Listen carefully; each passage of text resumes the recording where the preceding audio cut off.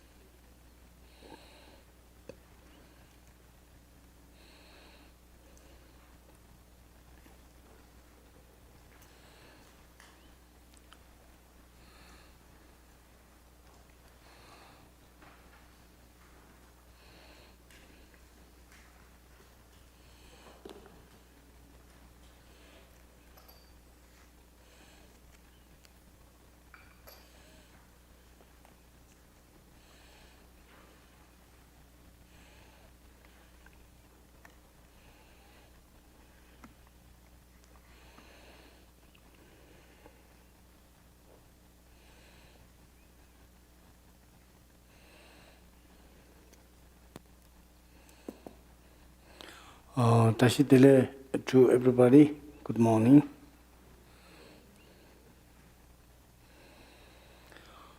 Yeah, I'm very happy to see you all again today. Yeah, today I'm going to introduce about the meditation practice. As I already introduced you about the basic idea of the Dzogchen, the great perfection, Mahasanti. Yeah, before the meditation practice, first better have a good motivation. So we need to develop the devotion minds towards the Buddha, Dharma, and Sangha. And also we need to have a compassion mind towards all the sentient beings, which has been our friends and family, the beloved one. So not only that, according to the perfect nature of the phenomena, all phenomena are pure and perfect. So we have to visualize this world, the universe, as a pure land of Buddhas. And all the males and the females beings are visualized as a male and female Buddha or Bodhisattvas. So those three thoughts are very, very important for the enlightenment states.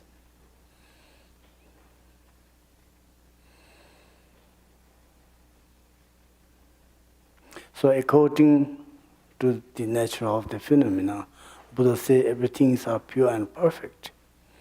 Yeah, such as our nature of the mind is the Buddha nature, our nature of the mind is Buddha. So our nature of mind is Buddha. All the sentient beings has the Buddha natures.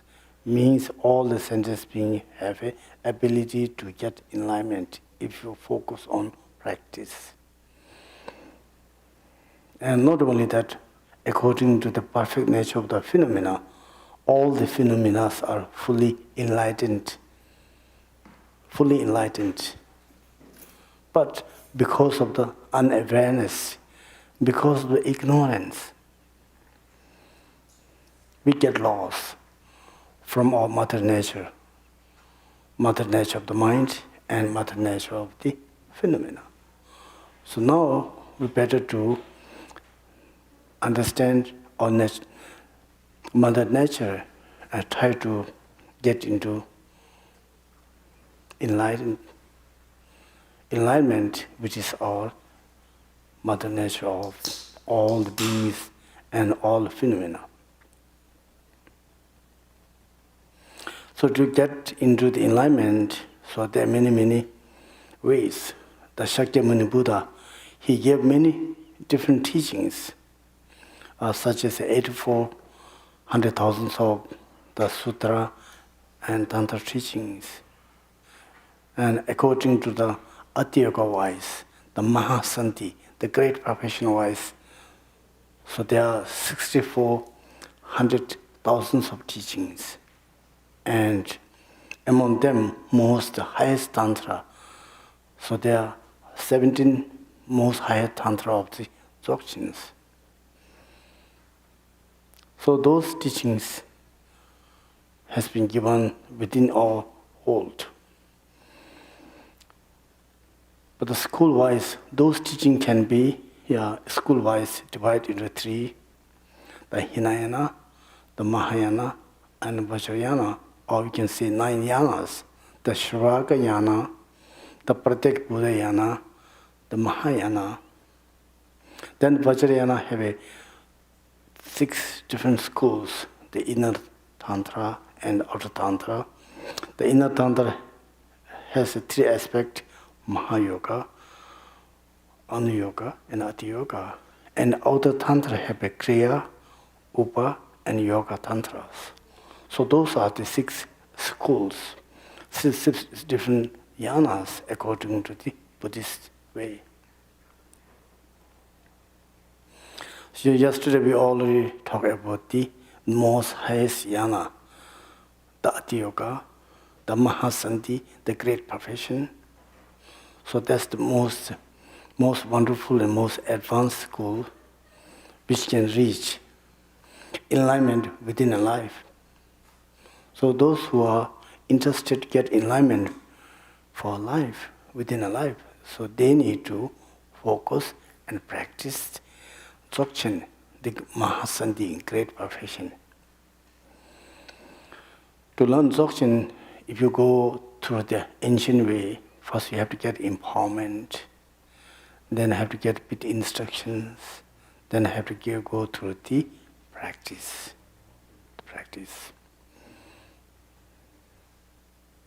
You already receive many empowerments from many wonderful, great holiness masters. Such as His Holiness Dalai Lama and Dorjee Rinpoche. So many masters already been here, and then you receive many empowerment from them. So my schedule is just give you a little bit introduction of the Dzogchen as well as meditation. Because the meditation is the real source of the enlightenment. Such as Shakyamuni Buddha, he spent more than 6 years meditation, and after that Buddha got enlightenment under the Bodhi tree in Bodh Gaya in India.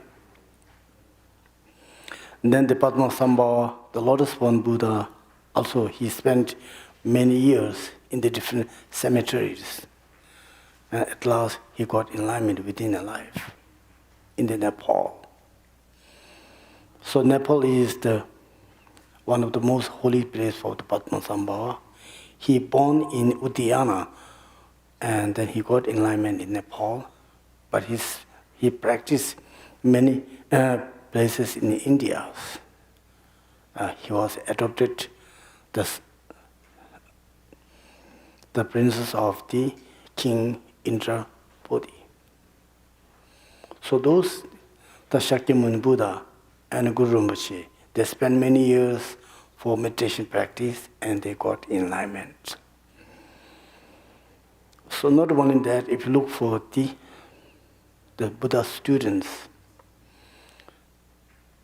they also spend a lot of times, years, and then after doing a lot of meditation practice, they got enlightenment. Such as Longchenpa, he spent more than 9 years for the Dzogchen meditations, then he got enlightenment. The Jigme Lingpa, also, Garab Dorjee, the first human being who practiced the Dzogchens, and the Shri Singha, and my great master, His Holiness Charya Rinpoche. I believe him, he's a living Buddha. The book says Charya Rinpoche is the emanation of the heart emanation of the Guru Rinpoche. he has his own treasures. I collect and edit and I publish Rinpoche's book as a 5 volumes, but just only in Tibetan language. Maybe in future somebody may translate into English, Vietnamese, and some other languages. So those masters, they spent many, many years for meditation practice. Like a Rinpoche, he spent whole life for retreat.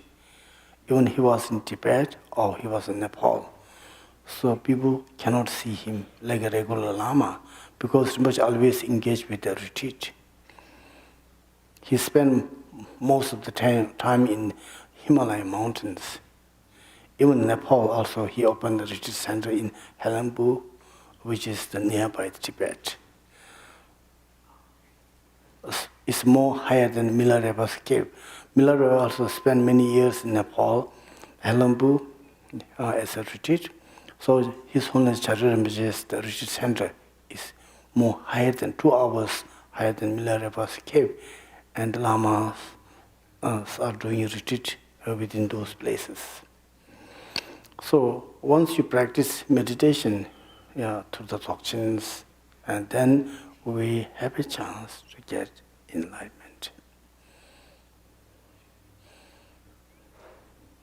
Because at the end of the practice, only the meditation is the source of the enlightenment. Without doing any meditation, there is no way to get enlightenment because we have a lot of habitual mind. To get rid of the habitual mind, we need to practice within our nature of the mind. Not only the emptiness state.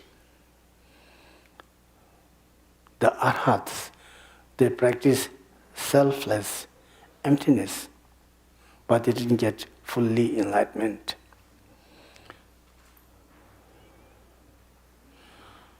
For the Dzogchen students, they spend time to practice on Buddha nature, the awareness.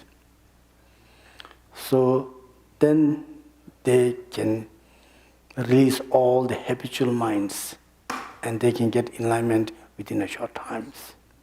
I hope, if someone is looking for enlightenment, I hope they can practice Dzogchens.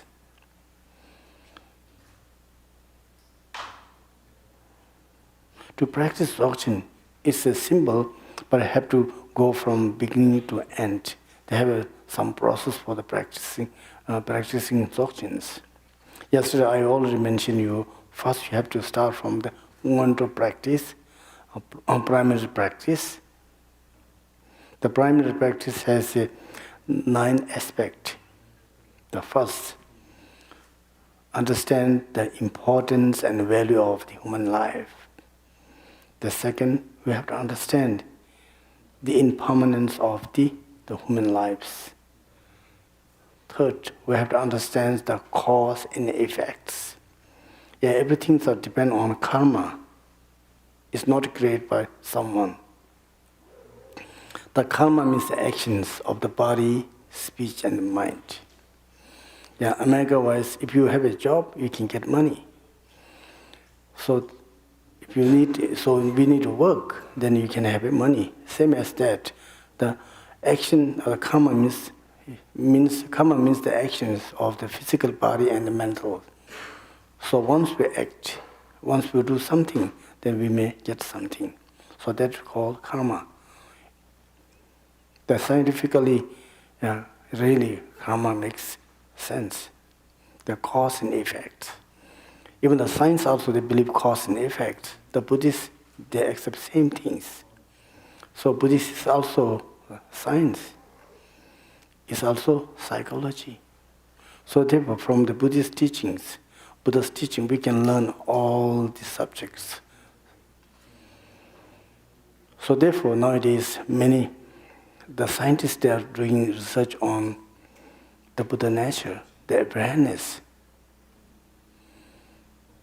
The Buddha nature and the DNA. So they believe very similar, but it's not as similar. It's very, very different.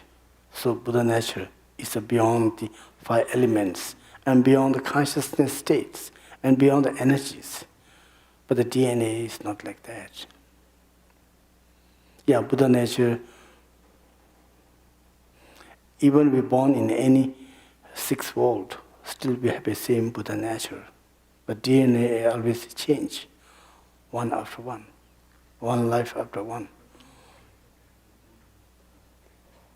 So therefore, the Buddha nature, if you really want to know about the Buddha nature, then we have to study Dzogchens. In the Theravada school, they also talk about the Buddha nature. And also Mahayana, also Vajrayana also, they talk, but they never explain more detail about the Buddha nature. So which I already explained you yesterday. So Buddha nature is the nature which everyone has. I say we have the quality of Buddha. We have a quality of Dhammakaya, the Sambhogakaya, Nirmanakaya Buddha. We have a quality of essence and the nature and the compassion. The essence means the Dhammakaya.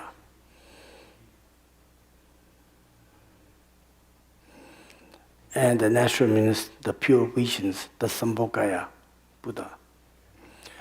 And compassion means by the display of the compassion mind, Buddha can have many emanations, the Nirmakaya emanations, such as Shakyamuni Buddha, the Guru Rinpoche as well.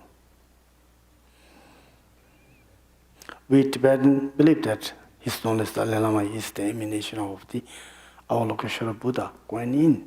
It's like that. So those emanations are the display of the compassion minds. So Buddha has three different qualities: the compassion mind and the natural. The natural means pure luminosity.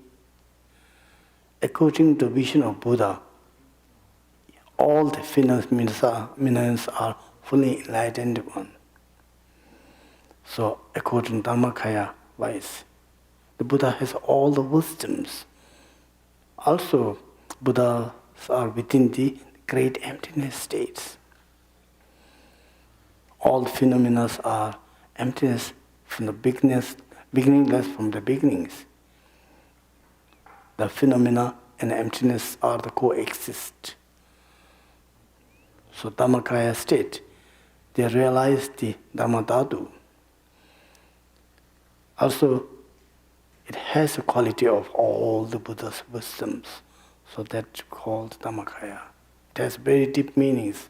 Anyhow, we have a quality of the Dhammakaya, the Sambhogakaya, and the Nirmanakaya Buddha. Yesterday I mentioned you that in the beginning of our world, ourself, after this life, when we start to wake up our consciousness at the first moment, that consciousness is not regular consciousness, it's a self-rising awareness. The self-rising consciousness which we call awareness. So that's beyond the unawareness. So that's the free from all the thoughts. It's a thoughtless state. It's very fresh because it's the free from ignorance and alias. It's very fresh and it's very clear because it's free from all the obscurations. So that's the first moment of the self-rising. The awareness, the consciousness is the Buddha nature. Buddha nature.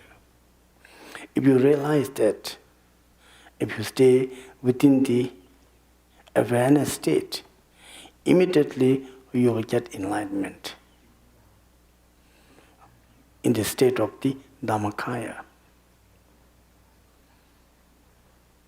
Yeah, but it's not easy to understand because of the influence of the unawareness, the ignorance. Then the sentient being may have a lot of delusions and illusions and different experience of the samsara. Then start to have a lot of karma, and then they born within the 6th cycle for again and again. It's endless. So therefore, if you want to end our samsara world, so then we need to practice on awareness. So that's the most advanced and fast way to get enlightenment. So how to practice and meditation on awareness? Yesterday I already mentioned you that first we have to practice the window. Just now I also recommend you, there are 4 steps of the outer preliminary practice, the importance of human life. We have to understand the value of this life. Within this life, if you practice, you may have a chance to get enlightenment. Not in an animal world, not in hungry ghosts, not in hell rings, not even in the world of the god and goddess. Within these human bodies. Because this human body have all the skill, all potential to study, practice and get enlightenment. So therefore, we have to understand the value of human beings. If you not practice now, we may die any time. Death is uncertain. In America, we can make any schedule. Even we can make schedule with the president, but we cannot make schedule for your death. So no one can make schedule for your death. Even doctor, they cannot. So therefore, death is uncertain. So therefore, we have to practice from now, from today, as soon as possible. Because everything is impermanence. If you not practice well, if you not get enlightenment, then we have to come back again, because we make many karma within this life and past lives. So the karma, the force of karma is very powerful. The karma will drag you within the 6th world. So therefore, we have to abandon all the negative karma and try to cultivate the positive karmas. So once we are born in this world, we will always suffer and suffer. It's endless, the physically and mentally sufferings. So by understanding the 4 outer preliminary practice, then we must have a renunciation mind. Our mind should be turned towards the Dharma. Our mind should be turned towards the enlightenment for the benefit of all the sentient beings. So then, to get enlightenment, we have to take a refuge. We have to get guidance and blessing from the Buddha and have to take a refuge. So we have to take refuge to Buddha, Dharma, Sangha. If you want to practice more detail about the Tantras, then also you can practice the master, Dorjee and Dakinis, who are involved with the visualization practice, who are interested to practice visualizations, then they have to take a refuge. Not only the Buddha, Dharma, Sangha, they have to take refuge to the master, Dorjee and Dakinis. Then if you are interested to practice on perfection practice, then we have to take refuge to the channel, energy and essence. Then, if you are interested to get enlightenment from one life, then you have to take refuge to the essence, nature and compassion of the nature of the mind. As I told you before, the essence of the mind is Dharmakaya. It's a total great emptiness. And then the expressions, the luminosity of the mind is the Sambhogaya Buddha. And the compassion of the mind is the Nirmanakaya Buddha. So mind has those 3 qualities, and by understanding that, so we have to take refuge within our nature of the mind, within our nature of the mind, which is the Buddha. So after taking refuge, then we need to develop the bodhicitta mind, thinking for enlightenment for the benefit of all the sentient beings. We should not be selfish, because thinking for self is the source of the samsara. Thinking for me, thinking for self, thinking for I is the source of the samsara. To get rid of that thoughts, to get rid of attachment within yourself, we need to practice compassion as well as bodhicitta practice.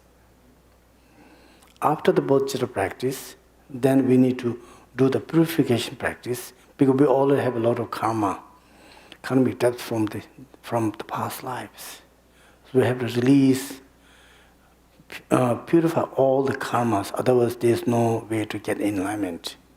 For that we need to practice vajrasattvas.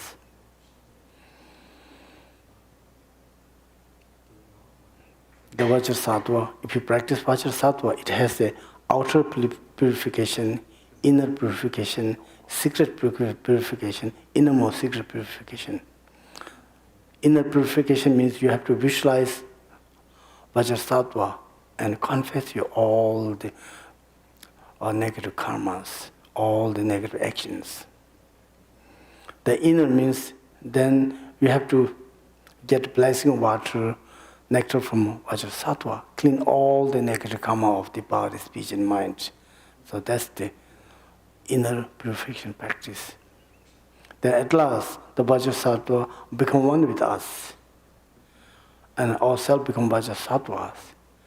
And we send all the compassion light, the 4 or 5 colors of light to the 10 direction of the world, and clean all the karma and negative, the actions and the habitual mind of the samsara. This samsara change into the pureness of vajrasattvas. 5 family, the vajrasattvas. All male change into male vajrasattvas, and female change into female vajrasattvas. Then at last, everything dissolves into Dhammakaya state and stay as it is. That's the innermost secret purification practice. After the purification practice, still we need to make a lot of accumulation of merit to get Buddha's, the wisdom, compassion, and Buddha's form, the Vajra form. So we must get a lot of accumulation of merits. For that, we need to practice mandala offerings. We have to offer a whole universe, including your body, speech, and mind, to the Guru, to the Master, to the deities, to the Buddhas. So this way, we can get a lot of accumulation merits. And also we can get a lot of accumulation of merits and accumulation of the wisdoms. So those are the source of the Buddha's qualities. After that, then we need to practice Guru Yoga, the Guru Rinpoche. The Guru Yoga means Guru Rinpoche. We have to visualize Guru Rinpoche. Guru Rinpoche who represents all the past, present and future Buddhas. The Guru Rinpoche represents the Master, Deity and Dakinis. So Guru Rinpoche is everything. By understanding that with full devotion, and we have to practice Guru Yoga.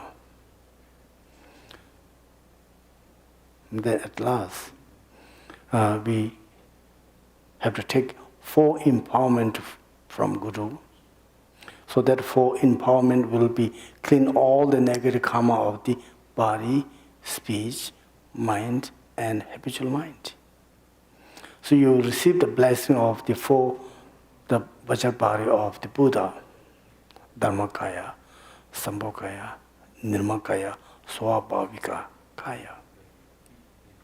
At the end, the Guru Rinpoche become one with us, or we dissolve into light and we melt in light and dissolve to Guru, or Guru melt in light and dissolve to us. We become one and then have to stay as it is. The best of the best student, then we have to stay within our awareness. Become one with Guru. The real Guru is the awareness. The perfect Guru is the awareness. Innermost secret Guru is the awareness. Means the prajna, means the wisdom of Buddhas. which is free from all the obscurations and everything. And then have to stay meditation. If you cannot stay meditation within the awareness, then we can stay within the thoughtless state, or we can stay within the emptiness state, or we can stay within the concentration meditation, one-pointed meditations. If we cannot make it concentration or emptiness state or Buddha nature, or you can stay within the vipassana or samadhi practice. Then after the meditation, then we have to wake up from meditation and then have to visualize same as before and make dedications. So this way we have to practice Ngondro first. After the practice Ngondro, and then we can do more meditation. We can do more meditations. It depends on your levels. The best student, they can meditate within the awareness state. So middling student, so they can meditate and vipassana. Or regular student, they can meditate within the concentration meditation, shamatha meditation. So there are many different ways to meditate. The shamatha meditation is the basic of all meditation practice. Once you have a good experience on the shamatha meditation, then we have to practice vipassana. Among the vipassana, meditation on awareness, the best of the best. That's the source of the enlightenment. Starting from the shamatha meditation, then we have to try our best to meditate. Because only the meditation will be the source of the enlightenment. If you not meditate, even you study for 100 million lifetimes, even you debate for 100 million life, it's very, very sure that you will not get enlightenment. There's no way to get enlightenment. Because awareness is free from all the thoughts, all the conceptual displays. So therefore, unless if you stay meditation within your awareness, then you have a chance to get meditation. You have a chance to get enlightenment. That's the only one way. That's a shortcut for the enlightenment.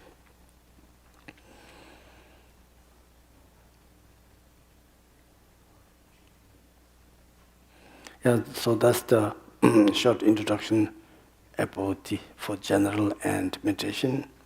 So now today we will start again meditation, starting from the preparation of meditation, and then we will practice the actual meditation. Yesterday I already explained you the two kind of the preparation of meditation, the physical body and the speech. First we have to go through the preparation of the body, then second the speech, then third the mind. After that, then we have to go through the actual meditation. So the preparation of the body is very simple. We have to make 7 postures. As same as a Buddha Bharatana, a Buddha Amitabha. Everyone knows Amitabha. The Amitabha, the way of sitting is 7 posture. It has 7 posture. The first is cross your leg. We call Vajrasana. And also the female voice we call Padmasana.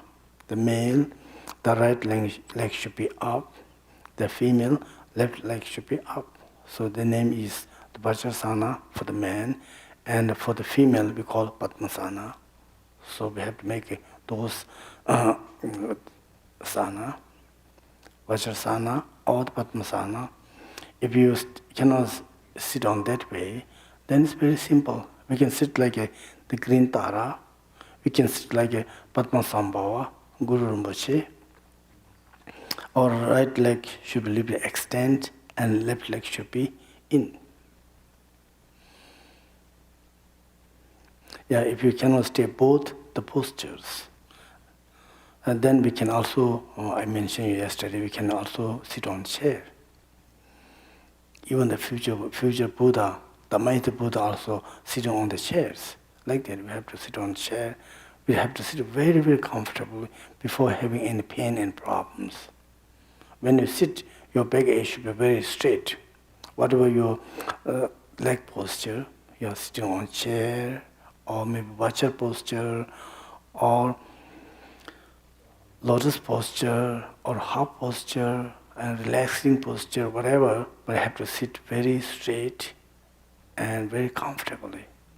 If you're not comfortably, if you feel some pain and problem for your sitting, means that's the problem.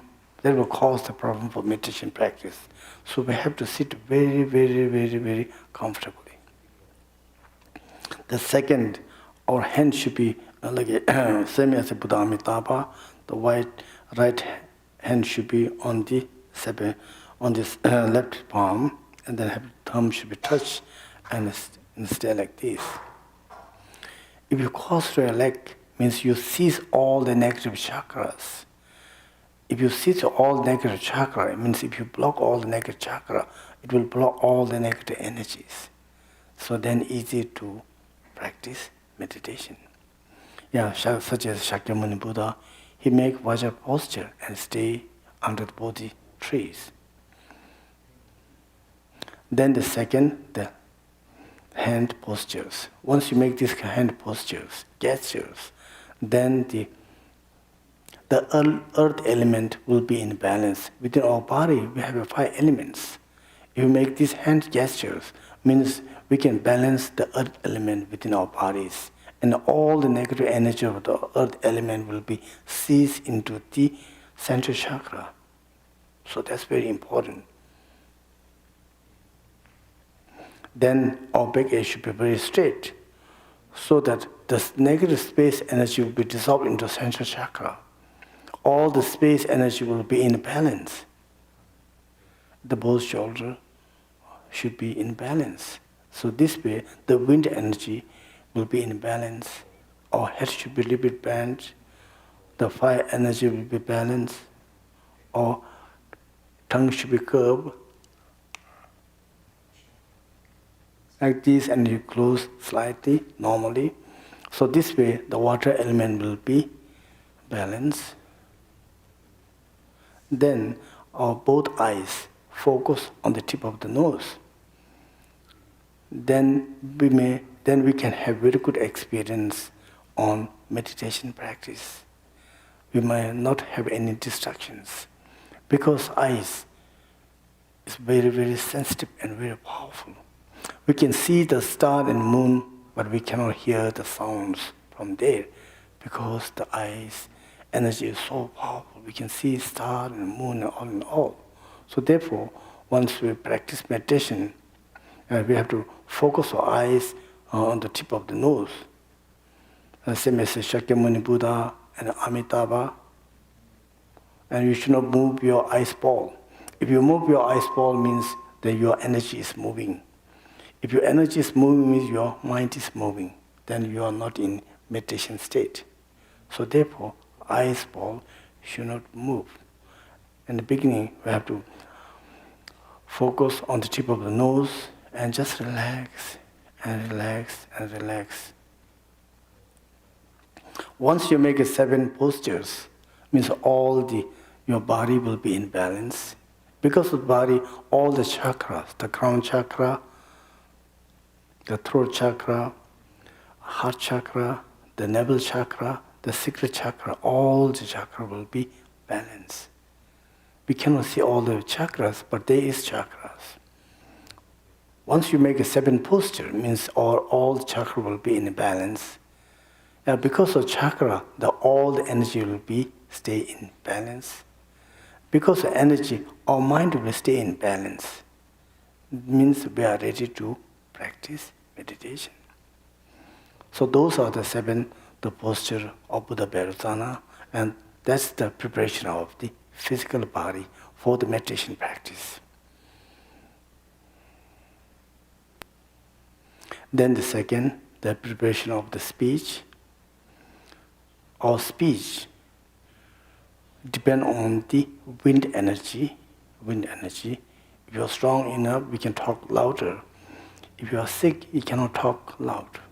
Like that. So our speech depends on wind energy. So there are many wind energy. If you go through more in details, the 10 different kind of winds are like that. All the negative thoughts has the negative energies. Such as Buddha give 84,000 of teachings because of 84,000 of negative thoughts, because of 84,000 of the energies. If you go detail, so they're endless. But symbol-wise, so our sounds depend on energy, wind energy. So we need to make this posture. We have to press our ring finger, and this finger has a special chakra. All the spirit and ghost can enter through this ring finger. So we have to block that chakra. And then make sure, again you have to follow all the fingers and put in here.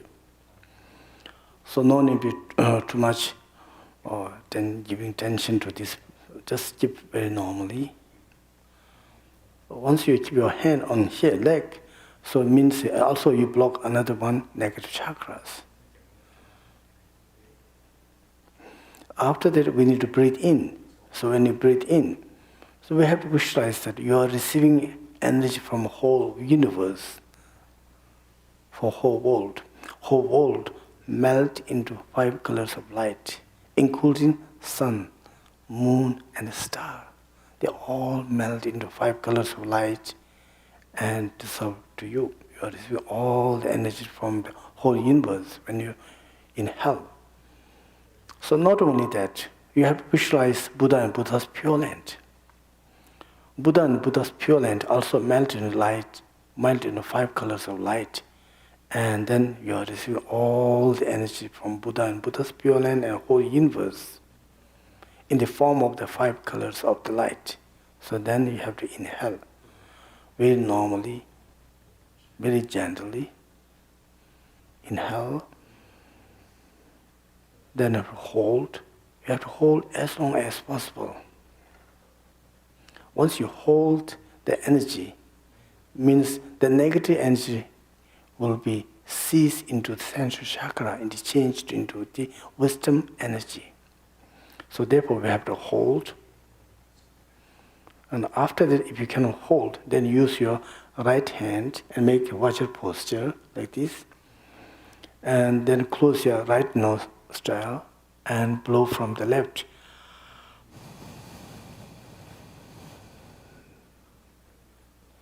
When you blow, first you have to blow very normally. So then it becomes more stronger and stronger. Then at last it becomes smaller and smaller, So number-wise it counts 3. The small, the big, and the small. But actually it's 1. You need to inhale and hold and then exhale from the left nostril. When you exhale, we have to visualize that all the negative, the karma, the energy went away, as well as the like a smoke, it's the color of the dark smoke, and it dissolved into space. It means you release all the negative energy of the body, speech, and mind, special speech. And it dissolved into the great space. After that, again you need to inhale. Yeah, we have to visualize same as before. You are receiving all the energy of the universe and the Pure Land and Buddha and Bodhisattva. Yeah, then you need to hold the energy for a while. Later, if you cannot hold, then use your left hand, same Vajra posture, and then close your left nostril and blow from the right.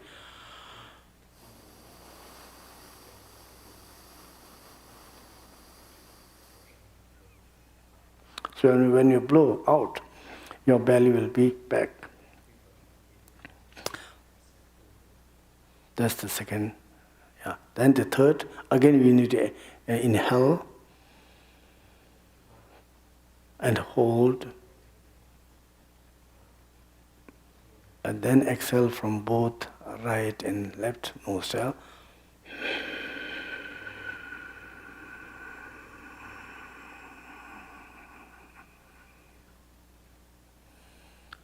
So like this way, we have to practice. So that's the purification of the speech, the purification of the energy. So if you practice this, means you can release all the negative energy and you will receive the Buddha's energy, and also you will receive the blessing of the speech. So Buddha's speech is very, very wonderful, very, very special. Like a Shakyamuni Buddha, when he gives teachings, he doesn't need any translators. Whoever joins for teaching, so they can understand their own language. So that's the quality of Buddha's speech. If you stay nearby Buddha or stay far, still you can listen and you can hear the same sounds of Buddha's teaching. So that's the quality of Buddha's speech. So Buddha's speech is beyond our understanding and experience. So once you release the negative energy, means you have a chance to get Buddha's speech at the end. So before that, after doing the preparation of the speech, you will receive the blessing of Buddha's speech. All the negative energy will be ceased, and your body, speech, mind will be more clean and perfect. So that's the purification of speech. After that, after purification of speech, then we have to go through the purification of the mind. It has a two aspect. If you are practicing Dzogchen, if you are going to practice Dzogchen, if you are going to practice awareness, then you have to visualize Guru Rinpoche or Buddha, any Buddha which you like most. You have to do special prayer to Guru Rinpoche or Buddha or Bodhisattvas. We have to visualize on the Buddha or Bodhisattvas. Yeah, if you are really devoted to your real masters, the perfect masters, if you're really devoted to your master as a Buddha, then also you can visualize your master. If you doesn't have a devotion to your master same as a Buddha, means better not to visualize your teachers. Just visualize Guru Rinpoche or Amitabha or Kuan Yin or any Buddhas. So we have to visualize like a Guru Rinpoche in front of us, and with full devotions and with full concentration and devotion mind, we have to pray to Guru Rinpoche. Yeah, you can use a short prayer or long prayers, or you can use the mantras also, like a Guru Rinpoche's mantra, Om Ah Hum Benzang Guru Pema Siti Hum. Usually the Tibetan Lama, they recite a special prayer for the Guru. We call Lama Keno. We call Lama Keno, Lama Keno, Tinje Tave Lama Keno. Like that we have a calling of Master, invoking Master means real Master is a Guru Rinpoche. He introduced Dzogchen in Tibet.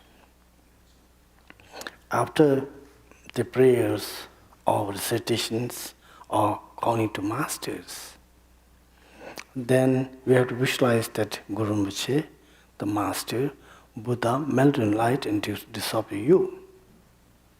That your mind and Guru's mind become one.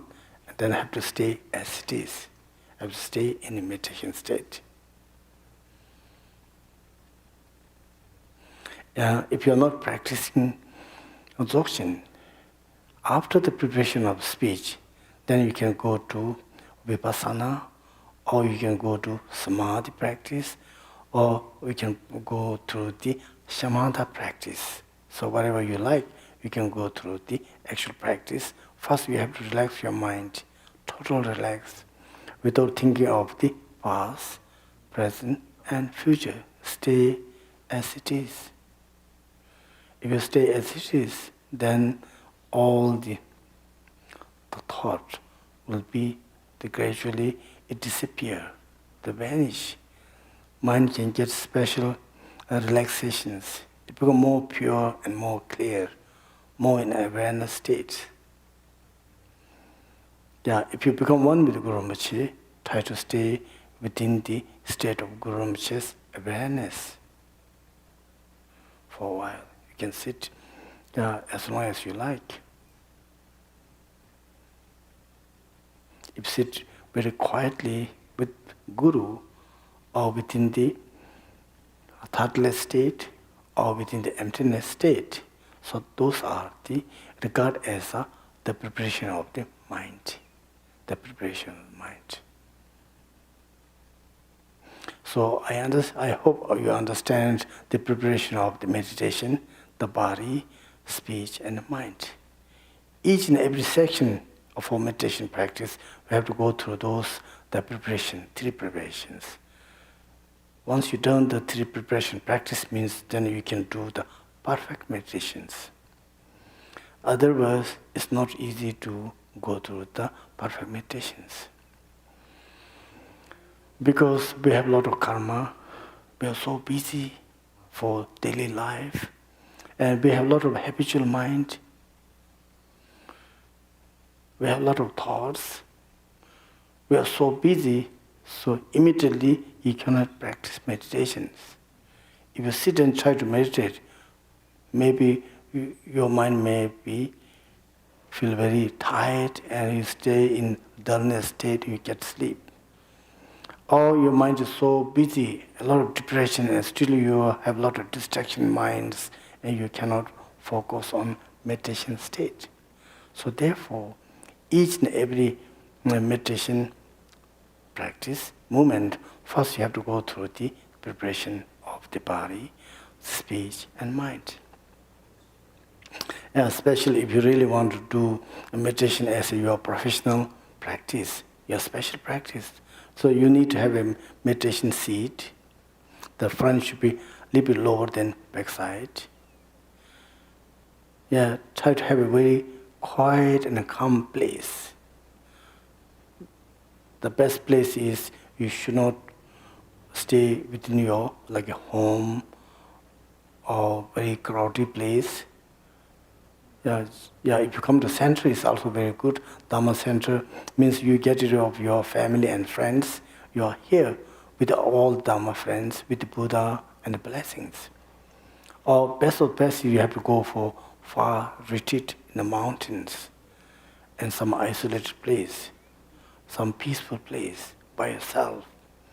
Once reach in very peaceful place, means you really done half meditation practice, because your mind become more peace and calm.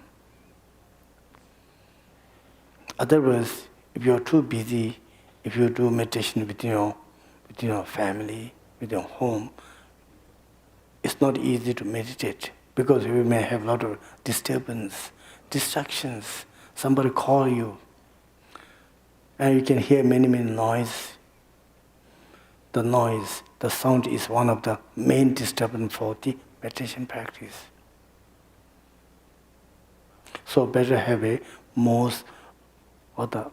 very peaceful place, such as a Dhamma center, such as a retreat center, and holy place, such a very quiet and nice place. That's the best place for meditation practice. Once you are going to do meditation practice, even for eating, you should not eat too much. If you eat too much, then the food will make you dullness state. Then you don't feel comfortable to sit. Even you sit for meditation, you felt sick, or uncomfortable. You may feel sleep immediately. So you should not overeat. The Buddha says that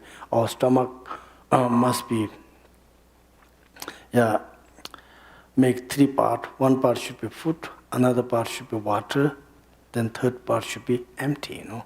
So this way, our body will be stay more in balance. If you're going to meditate in every day, then better have one meditation cloth, maybe meditation skirt, meditation shawl. This way you feel, oh, I'm doing something special. So this way it will help you to meditate in the right and nice way. Like army have their own uniforms. The police have their own uniforms. Once they have that kind of uniform, so they think I'm in duty, you know. So they become different. So the same as that, if you are going to meditate, you better have meditation shawl, or meditation skirt, or meditation coat, or meditation jacket, or meditation shirts. If you wear something special, you feel, oh, I'm special. Now I'm doing very special things. So this way, you will focus to meditation very, very deeply. It will help you to meditate in a better way. So, anyhow, after the preparation of those three, the body, speech, and mind, then we have to go through the actual meditation. Yeah, actual meditation, I think everybody have this one. I will go through those 9 steps of the meditation state. The 9 means of the mental stillness, the 9 steps of the resting of the meditation practice, 9 steps of the resting of the mind. So I'm going to go through those 9 steps for the concentration meditation. So these 9 steps can use for dzogchen, also as a samatha, or as a samadhi meditation, or also you can use this technique for the vipassana. So those 9 steps are very, very important for the beginners.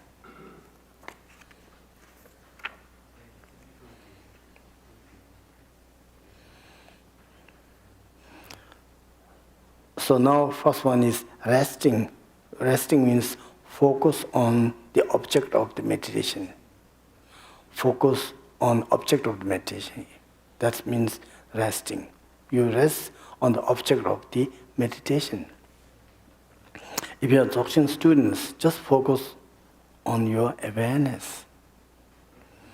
Or if you are practicing shamatha, for the beginners, better use Buddha's statue, such as here I can see the Amitabha, like that you can use any photos, or maybe Buddha's statues, or Buddha's mantras, or any symbol, a flower, the incense. So whatever, you have to use one object of the meditations, so that you can focus your mind within the object. So this way, your mind will stay more in concentration states. So if you are new students, so better have one object of the meditation. You can use Buddha statue, or you can use any kind of photos, like Amitabha, or Kuan Yin, or Guru Rinpoche, any. It should not be too big, it should not be too small. Maybe something like 6 feet is, 6 inches, yes, almost like that, 6 inches of the statues, 6 inches of the like mandala or photos. If you have that kind of object, is very, very helpful for the meditation practice. Anyhow, we have to focus to the object of the meditation. If you look for Amitabha, so you can put Amitabha photo or statue in front of you. Just look at within the photo, your mind, your eyes. Just focus to Buddha Amitabha. You should not go away from that photos. Your eyes should not be blink. If you blink your eyes means then you have thoughts. Your energy moves. Your consciousness is moving, not in meditation state. So your eyes should not be blink when you are focused to the Buddha's photo, Buddha's statues, or Buddha's letters, Om, Ah, Hum, like that. Just focus to the Buddha statue, and just not only focusing your eyes should be watched within the like Buddha Amitabha, and mind should be within the Amitabha. You should not have a second thoughts. Your mind should be always within the Buddha Amitabha. Stay as long as possible. So that's the first step. We call it resting, the fixing on object of the meditation state. Usually for the Lama, so we have to go through this practice for 6 months. 6 months. If you stay within the Amitabha's Buddha Amitabha, then your mind become more in stable, more in fresh, more in concentration, more in one-pointed meditations. Yeah, sometimes you may have distractions. Also, you may have a dullness state. So whatever you have experienced, immediately you have to remember your object of meditation and focus to Amitabha again and again. Again and again. Just always stay with Amitabha Buddha. So once you focus to Buddha Amitabha, if you like to stay like a meditation for 5 minutes, example, and for the beginners, you cannot stay 5 minutes within one object of the meditation. Even you cannot stay for 1 minute. Once you focus on Amitabha, but immediately your mind have a lot of second, third, fourth thoughts. You may remember your business, your family, your text message or email or Facebook or something like that. Immediately you may have a thoughts. Once you have a thought, immediately you have to understand, oh, I'm making mistakes. I'm not in meditation state. Immediately again you have to focus to Buddha Amitabha. Like this, if you are going to practice 5 minutes, means for the beginner, you cannot stay even 1 minute. Just only few seconds, immediately your mind will be distracted by different thoughts. But still try to come back to the object of meditation. So that's the first stage of meditation practice. Better down, maybe. So that's the first stage of meditation, the resting on the object of meditation. So if you practice again and again, but still, if you are first level, you cannot stay within the object. If you're going to meditate for 5 minutes, you cannot stay 5 minutes. Even you cannot stay for 1 minute, means you are the beginner. You are within the first stage. Once you practice again and again, and later if you are going to reach in the second step, continuous resting. The continuous resting means if you are going to stay for 5 minutes, means 2.5 minutes you can stay on the object, and 2.5 minutes you may have a distractions or you may get lost the object. Yeah, then half and half. But still, by the help of the mindfulness and alertness, even you lost your object, but still you have to come back by the help of mindfulness and alertness. But still just focus to same object, Amitabha. The later, after you practice many times, again and again, if you could stay Buddha Amitabha more than 2.5 minutes. If you're going to stay 5 minutes, if you could stay more than 3 minutes.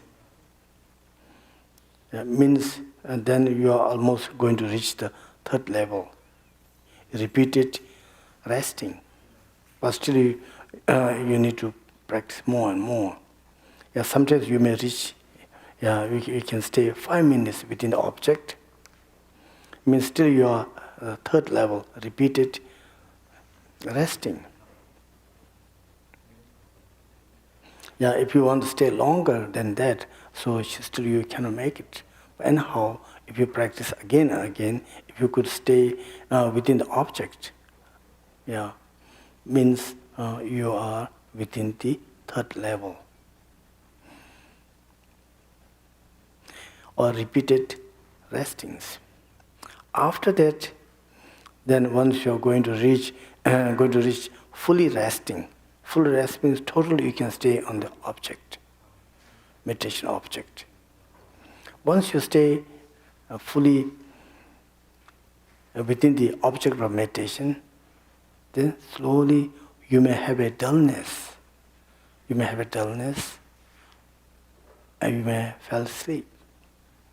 So that moment, then you have to tame the dullness state. You have to make fresh out. You have to make fresh yourself.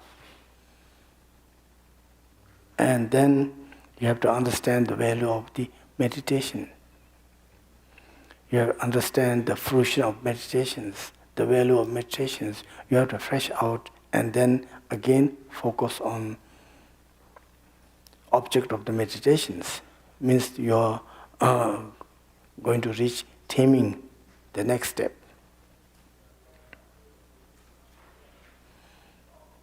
After that, you could stay in the object for a while. But still, if you praise yourself, make fresh and focus to the object, then you may have a tiny distractions. Tiny distractions. And then you have to get rid of the distractions. You have to take special antidote for the tiny distractions. Means then you are within the pacifying state. So you are in the level of pacifying. After that, both the dullness state and also a distraction state. So there are many small, tiny distractions and dullness state will appear to you, experience to you. Then you focus very well on the object and try to stay very stable and very clearly. Means you are within the fully pacifying. After that, by the effort of your body, speech and mind, you could stay within the one-pointed meditation as long as you like. Means you reach in the 8th level, one-pointedness. After that, if you practice many times, many months, maybe many years, then at last, without giving any effort, you can stay in meditation. You can stay within your object of meditation. Means that's the final one. The settling in equanimity. Settling in equanimity means you've done the meditation, shamatha meditation practice. If you that change into awareness, the same things. First just focus only to the awareness, then your mind, you may have a glimpse of experience of the awareness, but you may have a lot of thoughts, distractions, sometimes dullness, you lost your awareness. Again, by the help of the mindfulness, you come back to your stillness. The awareness have to stay as it is. Like that, again I have to go to the 9 stages of the awareness practice. The samadhi is also same, vipassana also same. By the help of the 9 steps, we can be good in awareness practice, we can good in shamatha practice. Also, you are good in samadhi and vipassana practice. So I hope you understand how to meditate within the object of meditation. So that's the source of the shamatha practice, meditations. Okay, so if you have any questions, let me know.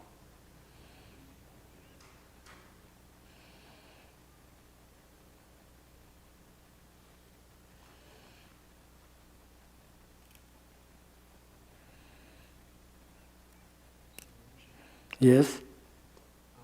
So during this time, our breathing is normal because as we focus. Yeah, breathing is normal, yes. Because we always done the preparation of speech, means your breathing, the energy will be already in balance. Yes. Yes, just only we focus on the object of meditation, not focus on breathings. Mm. So there are many ways to practice shamatha. Yeah, focus to breathing is another skill, another way. Yeah, focus on breathing, focus on skeleton, focus on 12 interdependent originations. So they have many different kind of shamatha, So now this is the basic for all the shamatha practice.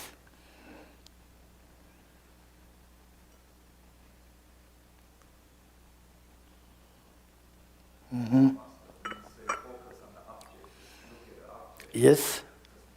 Yeah, just look. Your eyes should be look not so only to the object, not to others. If you see others, means you have a distractions.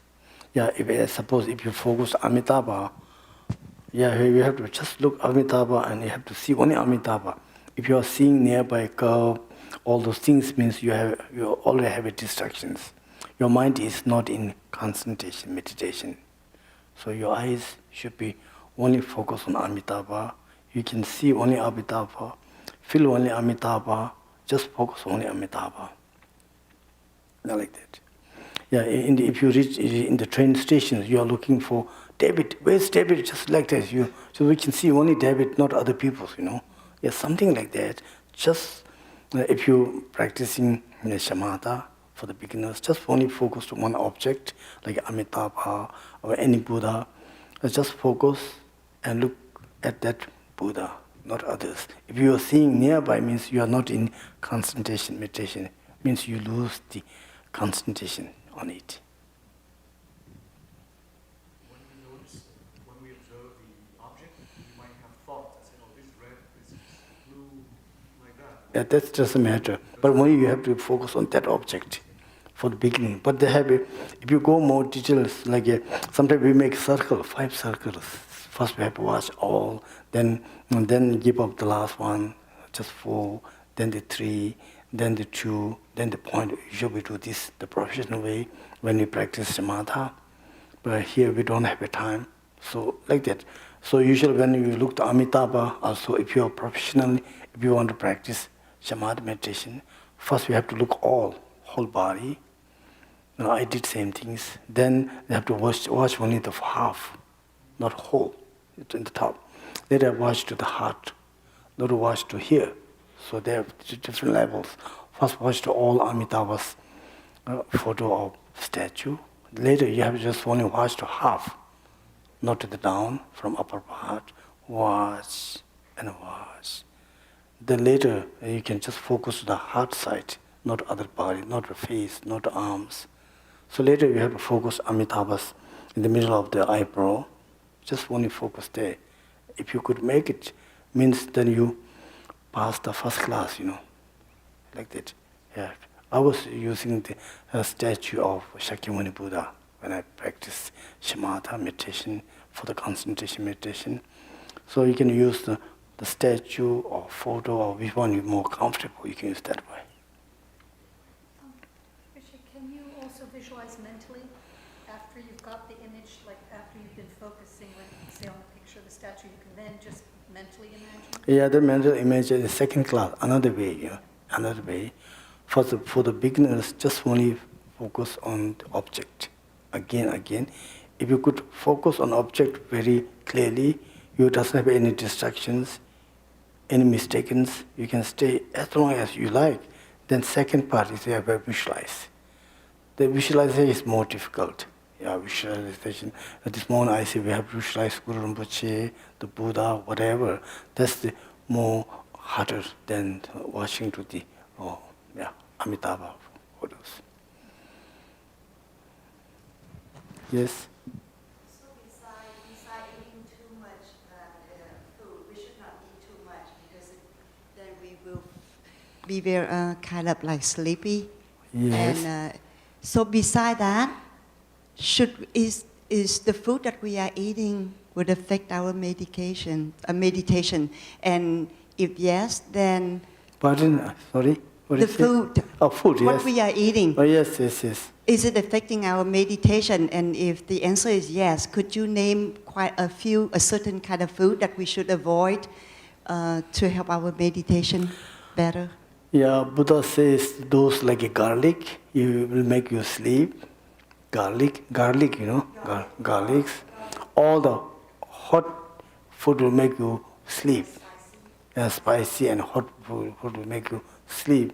So you should be eat very less, or you have to give up those foods. Yeah, then whatever you eat, you should not eat over, you know, have to eat very less. And then food, and also you need to drink water. Also we need to keep a gap within the stomach, not full. So we have to eat, the best of the best is the vegetarian food. Then even you are vegetarian, better not eat those garlics and onion and spicy things. That will also sometimes disturb your meditation practice. But everything depends, you know, where you live. Yeah, if you live in high mountains, yeah, then it's okay. High mountains, too cold, snow mountain too cold. There's also different situations. So you have to look for the situations, look for the environment, and look for your body, and look for your feelings, you know.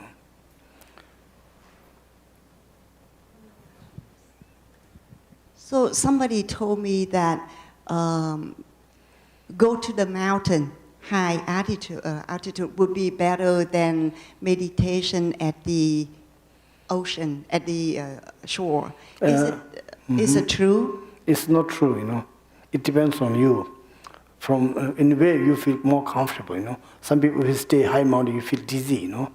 You have a lot of problems, pressure problems. For them, better not go to mountain, high mountain. So where you feel more comfortable and peace, that's the best place for meditation practice.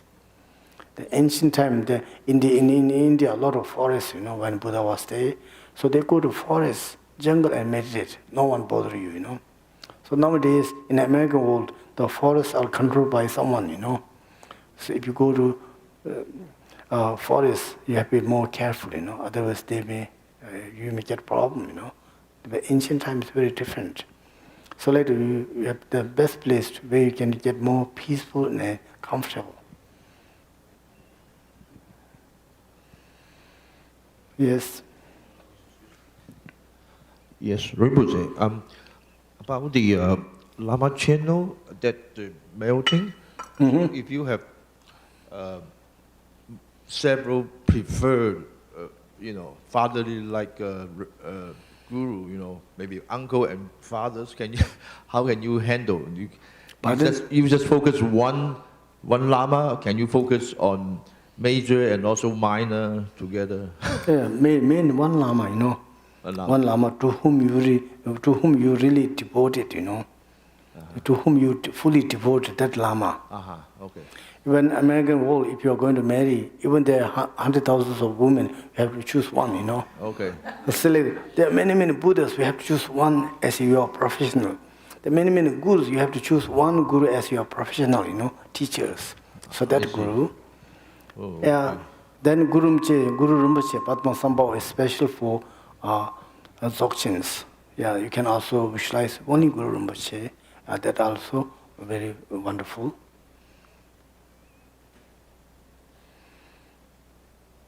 Any question?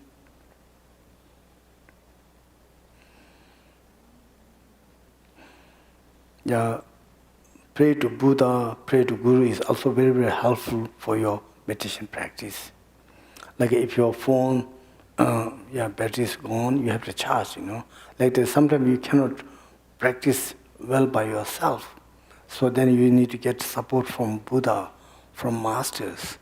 After prayers, you can get a lot of blessings, energies, then you can meditate better than before, And sometimes after invoking, praying to your Buddhas and Lama, with full devotions, you are very easy to connect with them.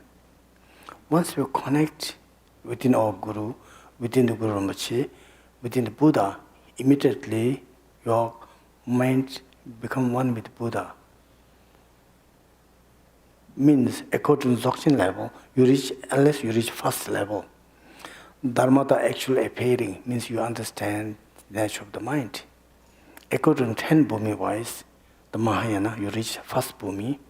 According to Dzogchen wise, you reach the first visions. Dharmata actually appearing is the first visions. You reach there. And if you really, really understand, recognize the awareness.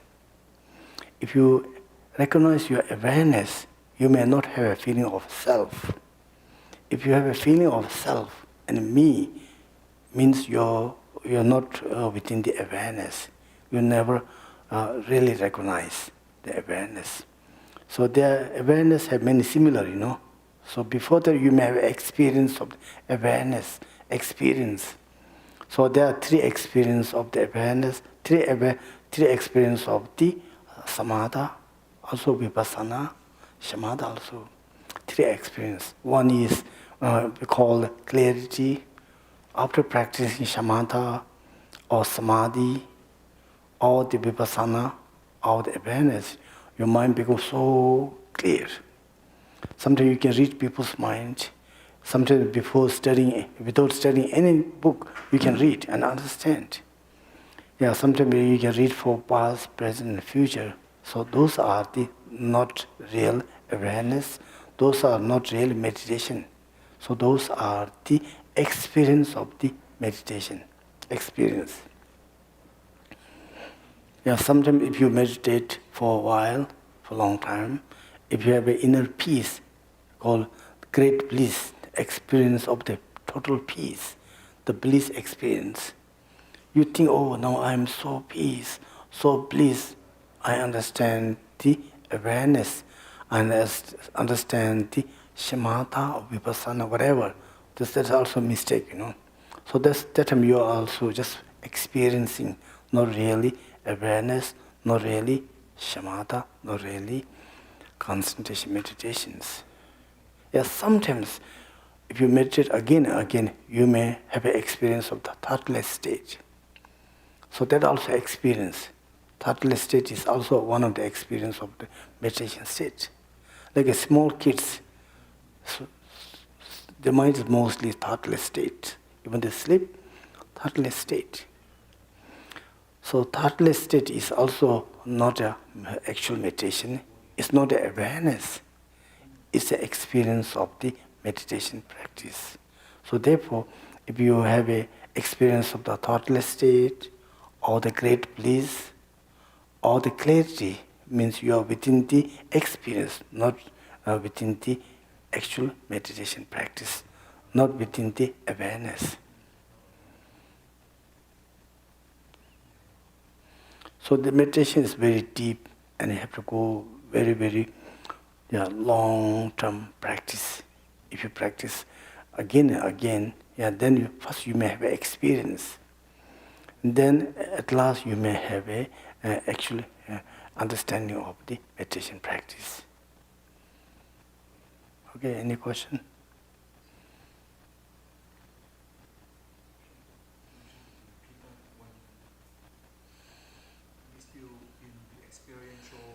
Yeah, experiential. Because if you have an experience of the clarity, clarity, the great bliss, and thoughtless, those are experience.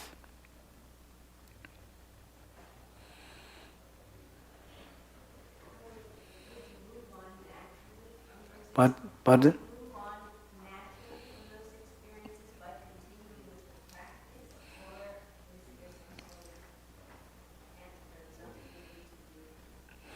Yeah, if you're practicing Dzogchen, then you need to again pray to Guru Rinpoche. You have to make a little bit fresh, and you have to, or sometimes you have to change the place, or you have to make more fresh, and then you have to do again meditation from beginning. Yeah, then it's more easy to get into the actual meditation practice. Otherwise, you will get lost into those experience. Some master, when they have experience of the clarity, they understand all the teachings. They can read people's mind. Or they think, oh, I'm fully enlightened. No, I can read you. I can understand. But they are not. So they are within the experience world. They're not enlightened beings. But so it's not easy to understand, So you must have a perfect master to whom you can discuss your experience. And the master will guide you step by step until the enlightenment. And the simple wise, once you experience, you should not focus the experience. You let it come and let it go. That's the best way, Let whatever you experience, you don't feel so wonderful or surprised. Even you experience bad things or the worst things, whatever you experience, let it come and let it go. So this way, those experiences will naturally, it will disappear by itself. And then you can stay within your awareness state. Dzogchen talking about the self-liberations. Even you have a lot of experience of the 5 poisons, 3 poisons, you should not hold that one, let it go, try to stay within your self-rising awareness. Dzogchen also mentioned about those things. So just let it go, let it come and let it go. If you ignore and let it go, then you can also stay within your actual meditation practice.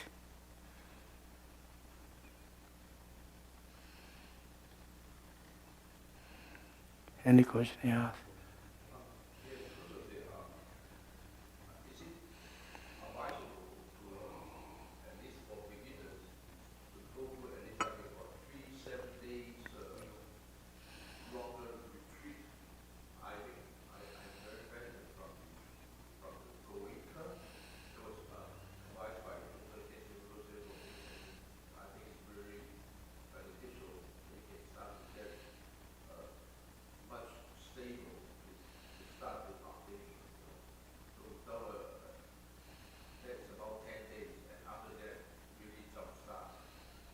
Mm-hmm. So you mean go for retreat for 10 days, you mean? Yeah, the first time must be 10 days. It's all free, but you take time to apply. Yeah. It's a free living and all the food, Yeah, that's good. from Buddha, by Burma, going is an Indian from Burma, and he was established internationally. He had all centers internationally. So it means you found a place where you can go for 10 days retreat with a free of cost. Oh, yeah. Uh-huh. Yeah. So, yes. So you need to have the best environment for the meditation practice, especially for Dzogchen. You need to have best environment, very peaceful, calm, and comfortable place. It's very important, If the place is messy, then you cannot do your meditation on awareness. Such as you are looking for Wi-Fi, Your place should be more higher than others, then easy to find a Wi-Fi, like that. So like that, if you really want practice Dzogchen, the place should be more special, the Holy One. The Holy One which has been blessed by some masters and Buddha. If you practice there, more easy to success your practice. That's environment, a lot of energy. And that will help you to get into your natural mind. So environment will make big difference. So now some American the scientists, so they check for the vibration, you know. They check for the vibration, for the temples, for the center, for the trees, something like that. So you should have a lot of blessings. If the place has been blessed by someone, yeah, and if you practice there, much more better than some other place. So there must be, should be a special place, you know. Yes. This is a little personal, but then I think it might happen to somebody else too. So I see that a friend of mine that he claims that he's doing very good with meditation. There's no problem at all.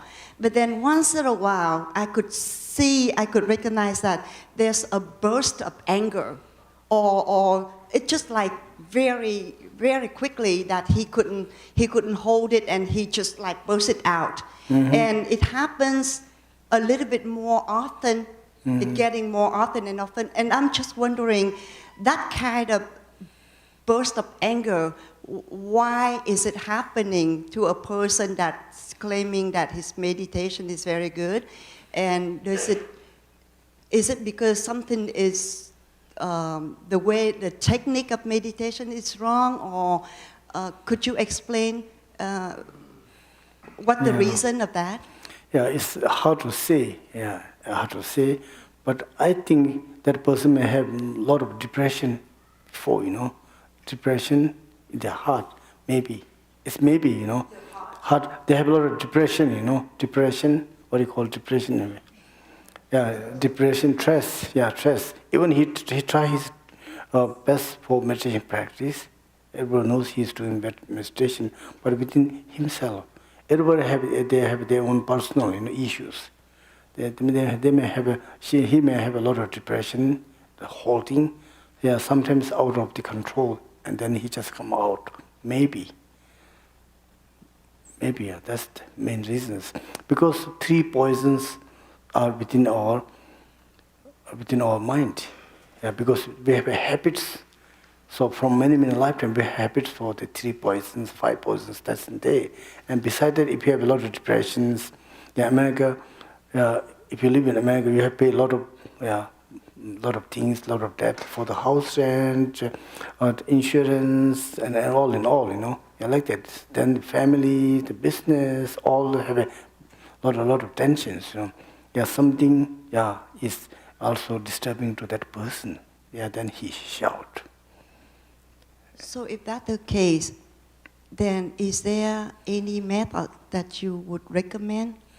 Yeah, Buddha says that if you have a lot of depression, then you have to do a lot of breathing meditation.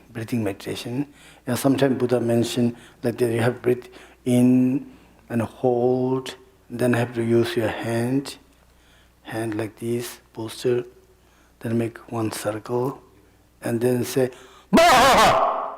Like they have said. Yes. So if you do this way, then all the energy will be out. You have to beat, and there's a Baha. Yeah, like that. So then, yeah. Also, we have a lot of imaginations, also visualizations, also there. So we have to visualize letter Za in the green colors. It stay here. That's the symbol of the depressions. And then have them say Baha. All the letters Za come out. Sorry. Maybe I. Could you please show us the gesture again? Just okay. I think you like that. Oh yeah, okay. Yeah. So we do this, and then have to come here. When you reach here, then have to do like this. Make one circle. Then have to beat again close and say Baha. Yeah, Baha. Then you have to visualize all the letters Za in the green color letters Za, which symbols that stress and bad karma. It all come out and dissolve into the space. Yeah, if you practice this, then immediately you can get peaceful mind. So your hand, you still have to do the... Yeah, press this one, then this one, have to go here, and then do like this, then have make one circle and close all finger, and then yeah, beat. Thank you so much. Oh, welcome.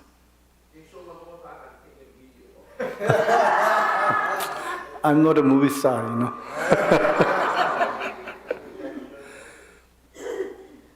Have to do. Oh, it costs money. Okay, let me do again. Do nothing. Bah! That's good, Pop. Yeah. Thank you so much. Oh, welcome. I think that's one of the items that we pray for the people. We ask them to give up grudges. That's their whole thing, you know. Yeah. They're all holding some sort of anger, Yes. resentful, Yes, yes, or yes. something in here. Yeah, They don't yes. let it come out. Yes, So yes, we yes. always tell them to give up grudges, Yes, yes. Yes. or resistance, something like that. Give up. And please, Rinpoche, if you have more tricks like that, please Pardon? please teach us. We need all that. Yeah, all the tricks, it depends on what kind of tricks you like to, you need, you know, what kind of tricks you need is very important, you know. So meditation have many skills, many tricks. It depends on what they need, you know. So usually I lead many lamas who go for 3 years and 3 months retreat. So different lama have different situations. Then I treat in different way. I advise in different way, you know, like that. So whatever a need, yeah, then I will try my best to explain. Yeah.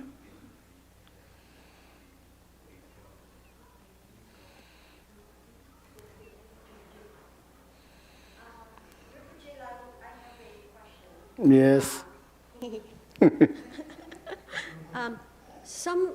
A few friends who loves to meditate, but when they meditate, the body suddenly shaking. We kind of guess that it's because of the channel or there's something inside that is clogging. But how to address the problem? Because it's just like they start wiggling, or sometimes they go even more drastic.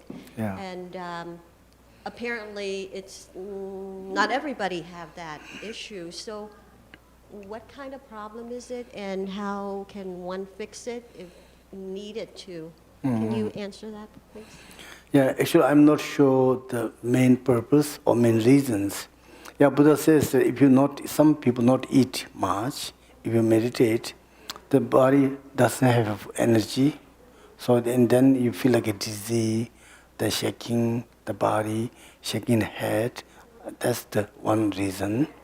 Yeah, some people go to different temple, you know, like some Chinese Tao, they go to Tao temple. So many spirit, they involve with them. Yeah, when they start to do something like a prayer or meditation, then they do like that, and then they vomit. So that's the influence of the ghost or spirit, maybe, you know. Is it real? Is there a real ghost or spirit? Yeah.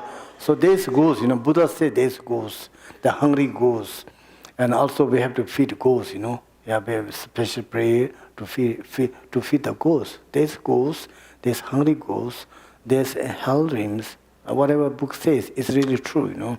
Buddha can see all the 6 world, and then he explained to us. Yeah. I don't mean that I don't believe in those spirits because they spit out or they do that. Yeah. That's the mostly ghost and spirit. Those are a little bit serious, you know. Little bit serious. I believe little bit serious. Yeah, they have to pray to Buddha, you know. Pray to Buddha, pray to Kuan Yin. Yeah, Kuan Yin is very, very good for the ghosts. Kuan Yin can help to all the ghosts, you know. The hungry ghosts, they're always looking for food and something to eat. So why they need to spirit? Because they are looking for food, the hungry ghosts.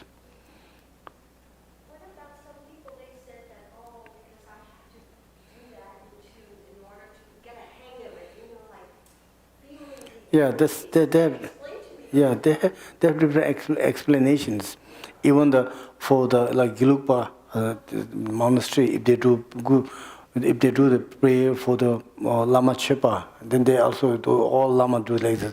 Gyene Lama, Gyene Yedam, Gyene Kando, Jeyons. Like they also moving, so they think that's kind of blessing and enjoyment. So they have their own belief, So it's hard to say. Yeah. Oh, welcome. Okay. Yeah, no, let's have a break, yeah? It's 12. Anything? If everyone can stay just a little bit, and we have a group picture with Rinpoche. It's the last day, and we want to keep this memory, not Thank only you. in our heart, but also seeing. Yes, sure. So, and also, since you, I know that we still have an afternoon session, so Rinpoche, I know we have a group picture, and also normally we have some experience that with everybody here before lunch, so I'll just have a few words to Yes. Once again, thank you for your love and kindness and compassion. Rinpoche, you know that he very busy, he had a monastery in India as well, and he very busy, but once in a while we come to this area and we accept our invitation from here to, because it's preaching activity. So we're deeply grateful for that, and we supplicate you and requested you that next time you come to this area, please come No. and provide the teaching to this temple. Dragum Dhammasuriya, actually, Dhammasuriya was given the name by Gachimunche. Oh, yeah, yes. And he said that was his name, and the first Gachimunche is were 28 of the 28 His Holiness Chungchen Rinpoche. Oh, He said Dhammasuriya in Sanskrit, that the son of the Dhamma. oh, That means that this temple is aspired to provide Buddha Dhamma teaching to everyone with no exception. So this is the temple, this is center for Dhamma teaching.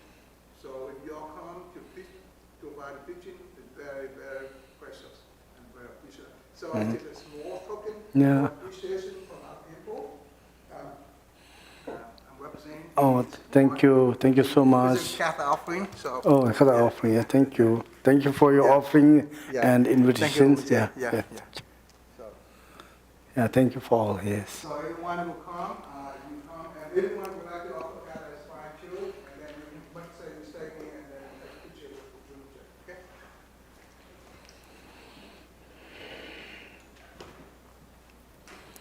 Con Bargerdo.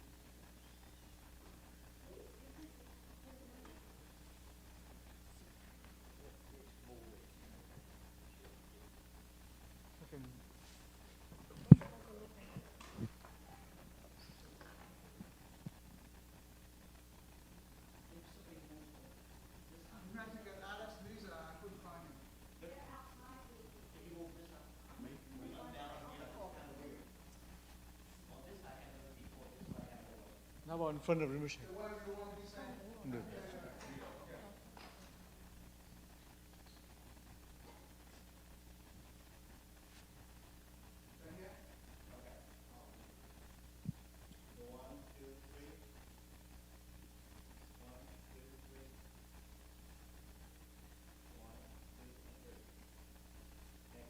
Thank you. Ma! You like that?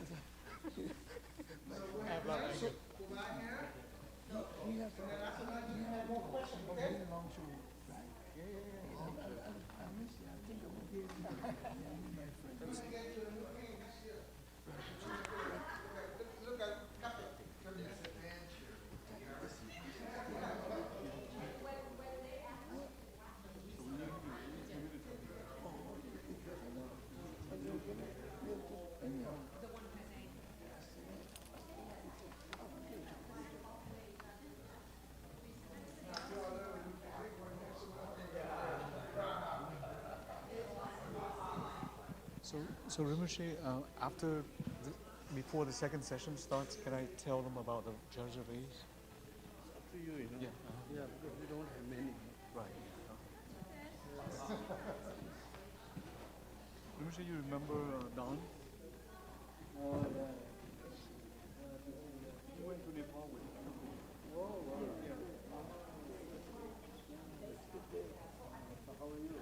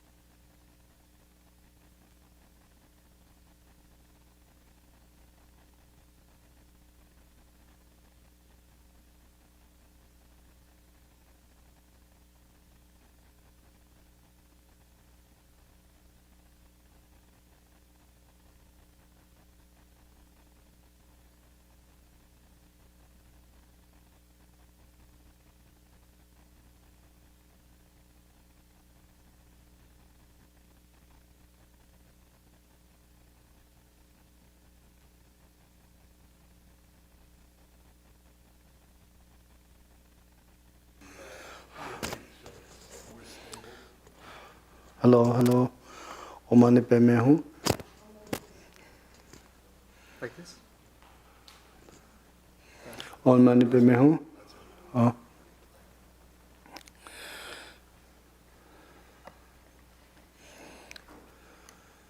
We found that there was a big next speakers weren't working up here in the field. You should be able to hear them.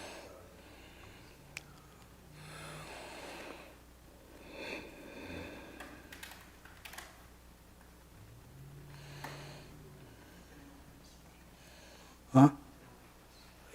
Yeah, it's up to you. You decide. Your boss. So before we start, I'd like to make an announcement. So Rinpoche is building a new really nice center. It's called Shikro. It's really 100 deities for the monks who have completed the free retreat, all the program retreat. But these monks, they don't have families and all that. Their condition is not as good. So the Lama will stay in this new temple called Shinra.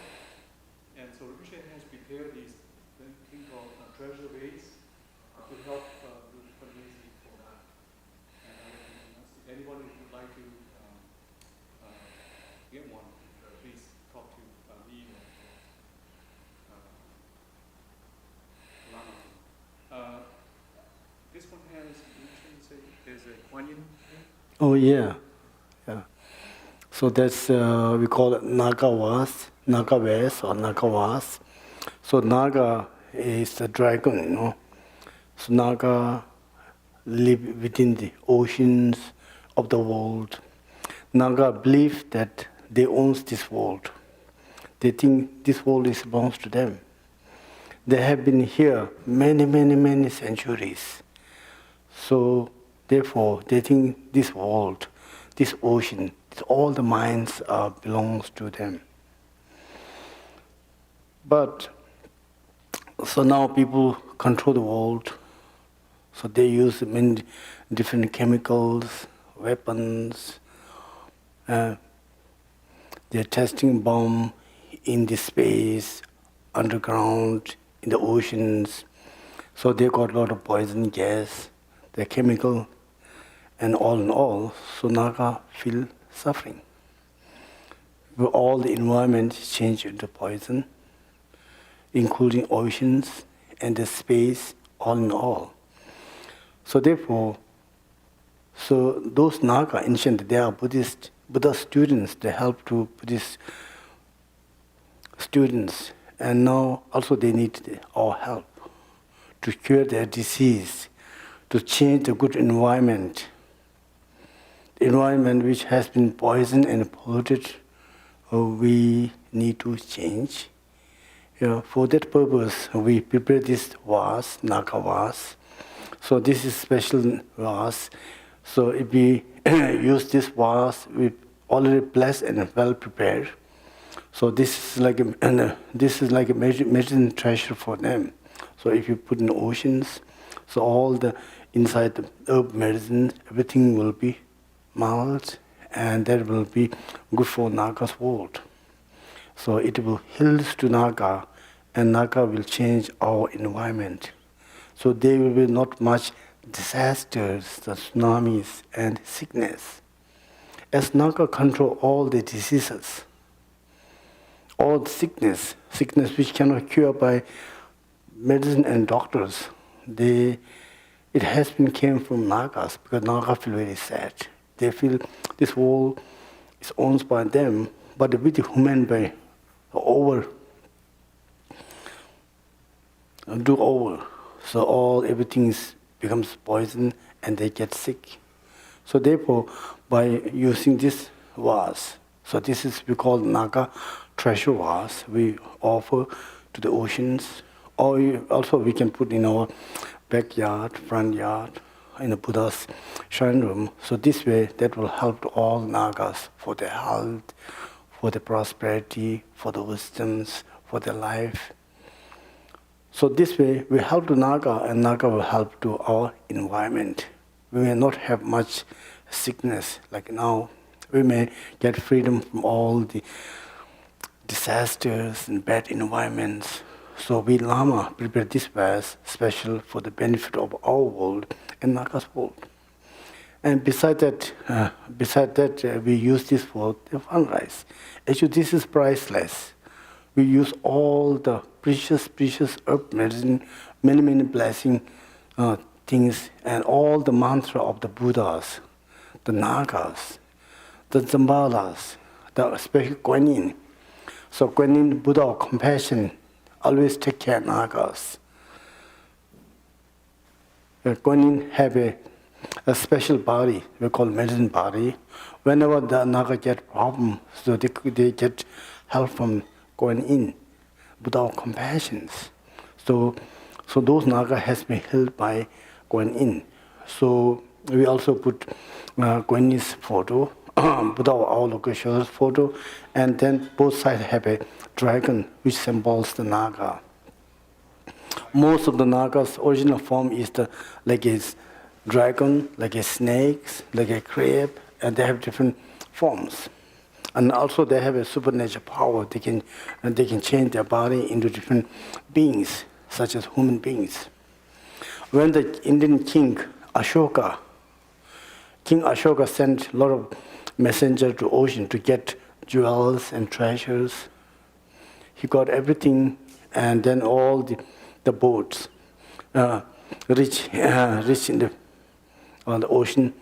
So they got everything, treasure out. Later, the Naga sent a big tsunami and they washed all the treasure back to the oceans. So Ashoka lose everything, King Ashoka. It comes in Indian histories. So later, then King Ashoka, he went to see his master, one of the Arhat, and asked how to get all the jewels, treasures, because everything wept by the Nagas. The king said, just now, they have more power, more merits than you. So you have to make a lot of accumulation of merits so that Naga may accept your advice and order. So the king did many service to the humanities, and also he built temples, and also he served the monks, and he also practiced Dharma. So then that time they make two, the master advised to make two statues, one for Naga and one for king. Immediately first day, the Naga, king is bowing to the Naga. After a few days later, then Naga, the statue changed and Naga bowed to the king. And then the Arhat says, now it's time to send order to Naga. So within the copper plate, the king said, I am the king Ashoka. This all the treasure belongs to me. I send my messenger to get from the oceans. Now it belongs to me. So you should return back all the treasures. Like he sent message, throw in the oceans. Yeah, that the copper plate, that message received to the Nagas. The next day, all the Naga, they change to human beings form and get all the mines, everything back to the king, Ashoka. That's the story. The ancient time, those Nagas, the god and goddess, the human being have a lot of relationships that they can talk, they can communicate, they can have discussions. Even the Shakyamuni Buddha, when he keep teachings, many Nagas, Asuras, Devas, Yakshas, Raksha also attend for the teachings. So Buddha doesn't need any translator. They can hear their own language. So now the human beings over smart and they did many things. So all the Nagas, the Devas, the Yakshas, they all stay very far from us. Special Nagas, now they feel very difficult. So by the blessing of this fast, they may heal and we may change our good environment and get a lot of Buddha's blessings, the Guanyin's blessing to them and to us. So this way, world becomes more peaceful, and at last, by the blessing of the Guanyin, by the blessing of the Buddha of compassion and Buddhas, and by the help of Naga, everybody slowly, the world becomes getting better, and yet at last, peace and enlightenment. Besides this, we prepare this, we prepare, and also all the Lama, we did the blessings, and it shows many, many miracles. So beside that, we make this also for the fundraise. Fundraise means not a big, the millions of dollars, just small, money, which can help to my school.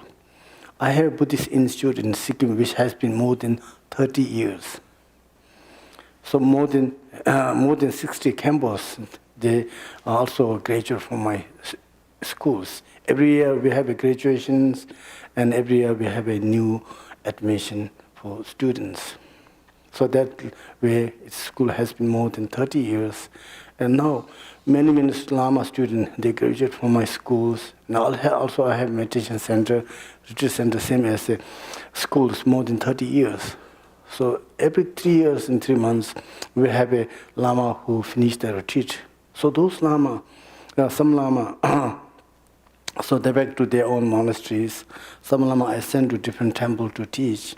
But many Lama, still they have no place to go, because they doesn't have a family, and some are single family, some are orphans. So they have no place to go, and they feel difficulty to stay and live for the further studies and practice. So they request me, and also I asked to my Guru Chadran Rinpoche. Yeah, because I follow always Rinpoche Chadran's advice. Before he Rinpoche says that don't build temple, because I have a school and retreat center, I didn't focus to build temple because of the Lama. So they need place to live and study and for their further lifetimes. So I asked, and Rinpoche said, we need to build one. Later we discuss, and I discuss, then we decide to build Shito or monastery. The Shito means 100 Buddha. There are 42 peaceful Buddha and 58 wrathful Buddhas. That's we call 100 Buddhas. Japan we call it Shito. Shi means peaceful, 42 peaceful Buddha. To means wrathful Buddha. So those Buddhas are within one group. We call it Shito monasteries. Yeah, the Tibetan Book of Living and Dying, the Tibetan Book of the Dead. If you read that, you can see and you can also understand 100 Buddhas, which we may have experienced within the intermediate states. So those Buddhas, we're going to make a temple for the Shito in the middle. So first floor have a 42 peaceful Buddha, the second floor have 58 wrathful Buddha, and the top all the Buddha's teachings, the books. And then beside that, all the Lama. So they have 3 floors of rooms. The Lama can live there for their further studies and practice. So this kind of project, according to advice of my Guru Chadran Rinpoche and request by my Lamas, so I make this kind of project to build one Shito monastery temple in Sikkim. Sikkim is one of the safest places. Guru Rinpoche says that even the Third World War, or whatever happens, still Sikkim will be safe. Sikkim will be safe. And also, if the prediction says that the Sikkim will be the source of the future generations. Maybe something happen in this world, and maybe almost most people die, So still the Himalaya, those sites will be okay. So Sikkim is a very holy place and secret place of Guru Rinpoche, and we decide to build temple in that place according to the advice of my Guru Chadran Rinpoche. So for that, we need to buy land. I already have a land, 7 acres of land, and just now we are making road. Maybe 3-4 kilometers. We need to make new road. It's in mountain. It's in Himalayan mountain. Once we done this road, within the year it will done, then we start to build a Shito temple. So just now I'm searching the sponsor, whoever they have interest to help. So I really most welcome. So this place also prepare for something like that. So therefore, if you are interested to support a school, $250, so you can get this precious Naga vase. You can hold in your room, in a shrine room, or you can also bury it within your backyard, if you have a big yard. should be very safety and nice place, because Naga is very sensitive. It's not like the Buddhas. You know. Then also, if you like, you can also offer to the oceans. The ocean is the main place of the Nagas. I already done in Los Angeles, and also I'm going to do in Texas. After this, we go to Houston, and I'm going to drop those some wares in the oceans. So therefore, if you like to support, you can also have the Nagawas. Also, Nagawas is also good for your business. But Naga is one of the wealthy, the Dhamma protectors, and also Naga is good for wealth and good for health. Yeah, if you have a terrible health problems, so if you hold it in the vase, your health will be getting better and better. So it's good for yourself and good for schools and good for environment. So if you are willing to support and have this vase, so that's everything is up to you. But my wish, if you could help, is most. I say thanks, and I really appreciate for that. Thank you so much. Do you give teachings on the Bardo Todo in English in the United States or in Sikkim? Yeah, I gave you few times, yes. Few times. I would love to receive teachings. No, I already gave in San Francisco, in Los Angeles. I already gave, Also Houston, I already give further teachings. I give more in detail, Yeah. Yes. Yeah, maybe sometimes I can come here and give you. Yeah, Pardo teaching is very, very, very, very special, It's very special. It's very, very unique. Yeah, because during the intermediate stage, so we have a best chance to get enlightenment, even we cannot make it for this life. So during the intermediate stage, we can see all the Buddhas, 100 Buddhas, including Amitabha and all, Shakyamuni and all in all. So at that moment, if you devote it and practice for 1 second, Buddha, any deity, immediately you will get enlightenment within the Sambhogaya form. You immediately get enlightenment. Because during the intermediate stage, you doesn't have the body like now, which has been made by blood and flesh. So that body is free from regular human beings' bodies. And mind is so pure, so fresh, which is free from all the negative thoughts. And intermediate stage, they have their own supernatural powers. They can read people's mind, so they can go any place, wherever they like. Yeah, if they think for Tibet, immediately they can reach in Tibet. If they think for America, immediately they can back to America. So that they have that kind of powers.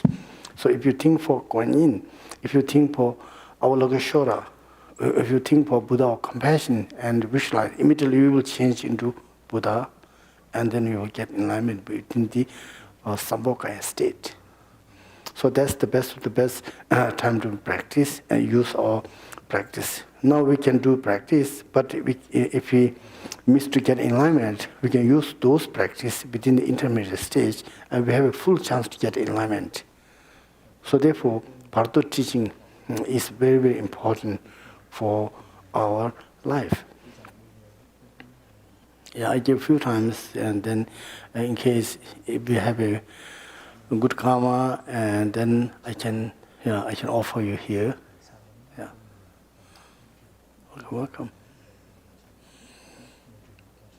So those Bardos, the Buddhas, and the ancient Egypts, those who are very similar, I believe they are the same. Those have been my most important studies. Yes, it's very, very important. We usually think Buddha means like a Shakyamuni Buddha, so that's it, So if you look for the Bardo, you can see all different kind of Buddha. Some Buddha have animal heads.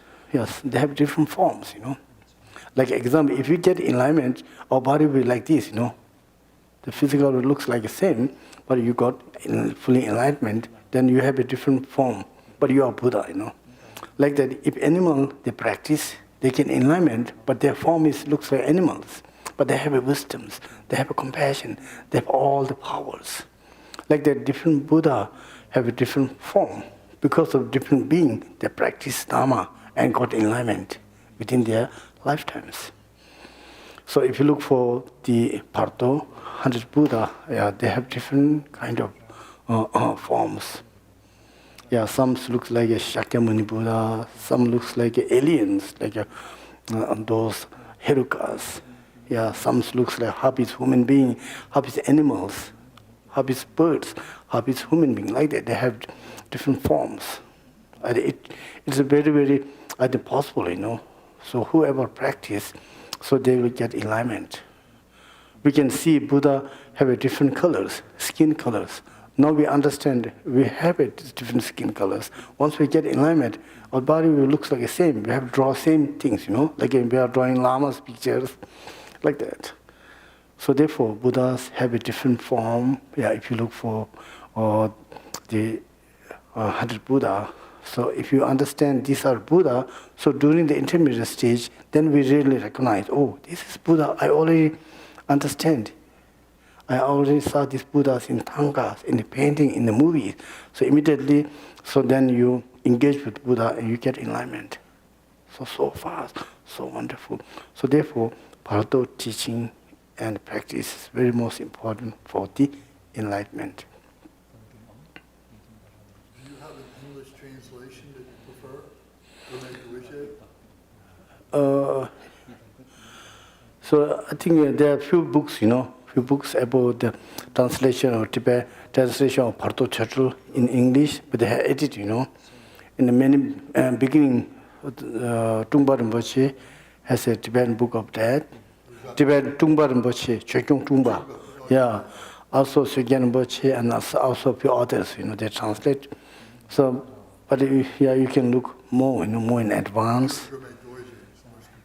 Which Dorjee? Oh, Gyumin Dorjee. Oh, yeah.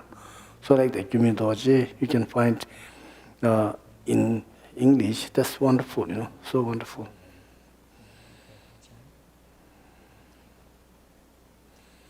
Okay. Now let's practice meditation.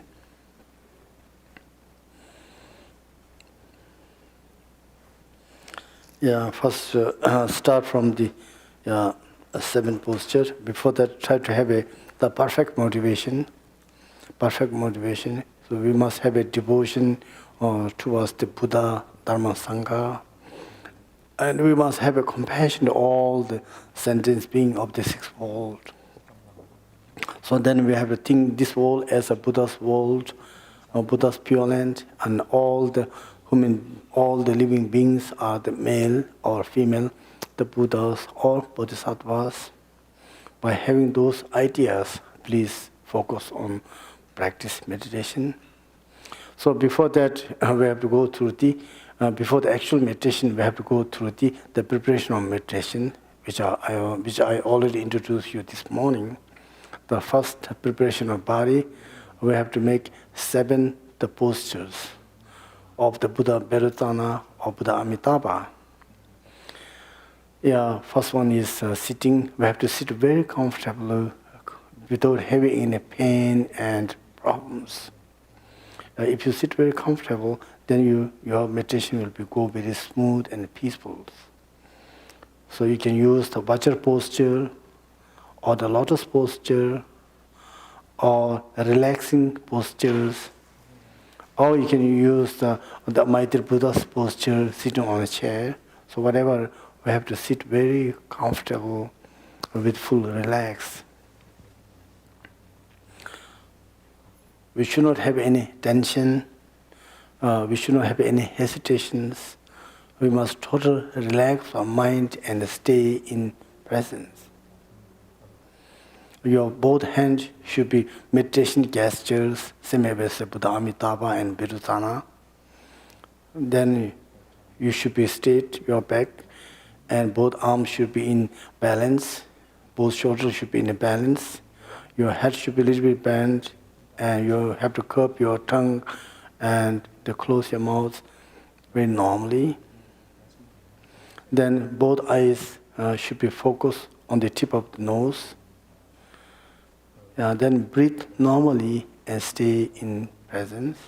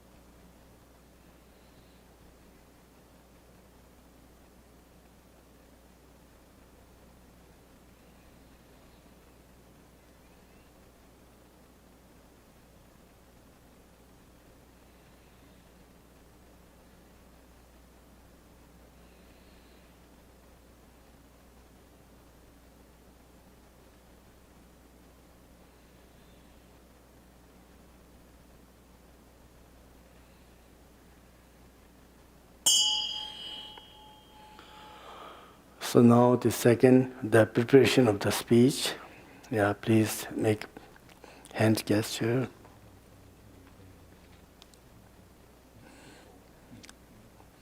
Yeah, please inhale.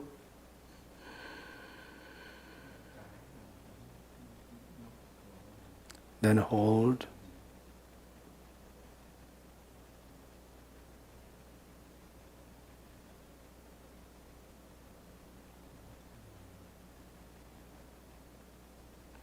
Exhale, use right hand.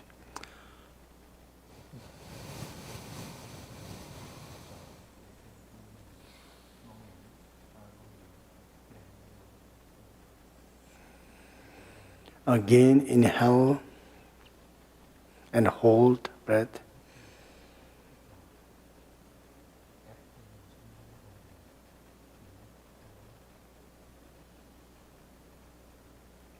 Then use your left hand and exhale.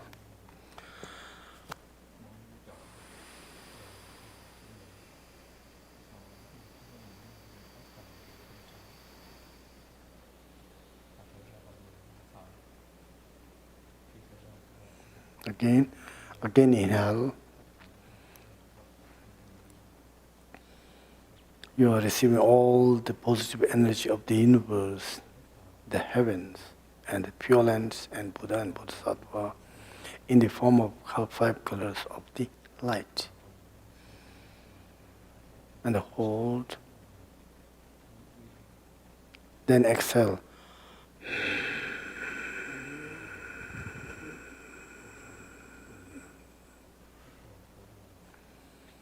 Okay, let's do again. Yeah, let's do again. Please inhale.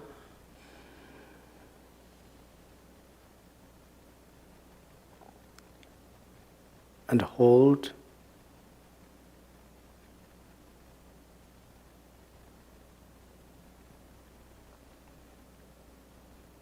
And use right hand and exhale.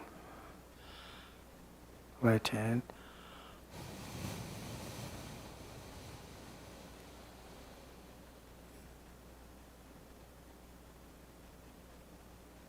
Okay. Again, inhale.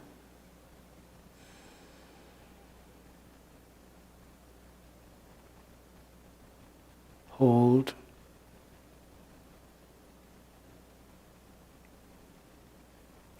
And use your left hand and exhale.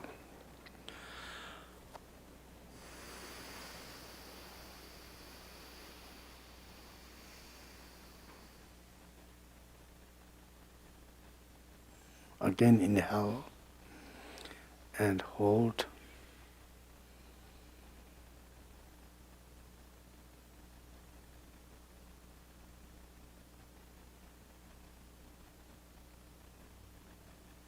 Then exhale.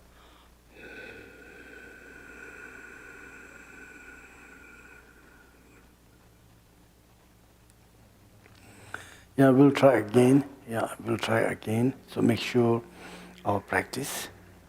Please inhale.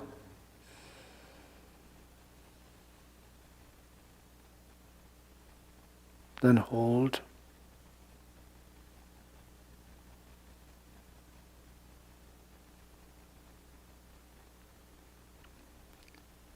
Now exhale, use right hand.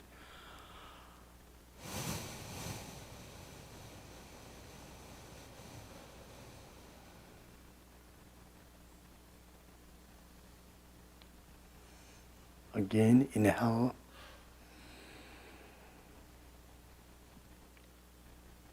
And hold.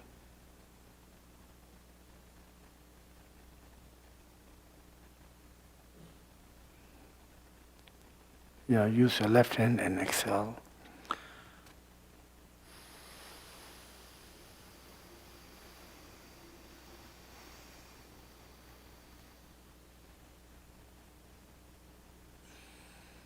Okay, inhale.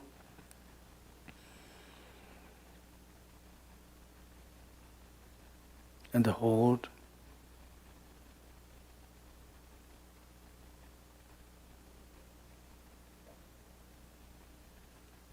And exhale.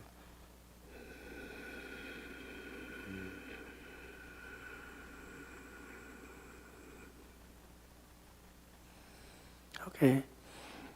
So we done the preparation of the speech. Do you have any questions, please? So those two things, the preparation of the body and speech. Do you have any questions? We breathe in slowly. Yeah, slowly, yes. Yes, Breathe out slowly. yes. So we have to breathe in slowly and hold all the energy within your belly. So that's the key point. Hold all the energy within your belly. Hold as long as possible. Yes.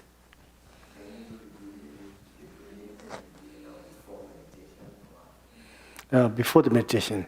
Yeah, that's the preparation of meditation.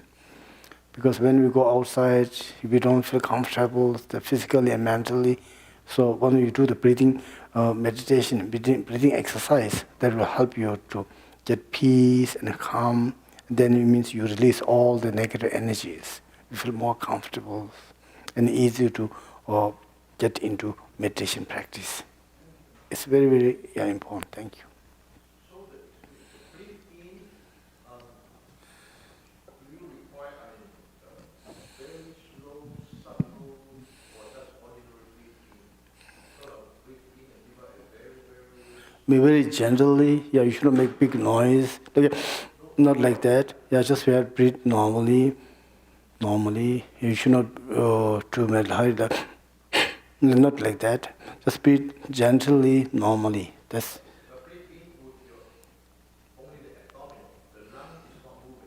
Yeah, first we use all. At the end, when you hold, then you have to hold into your belly.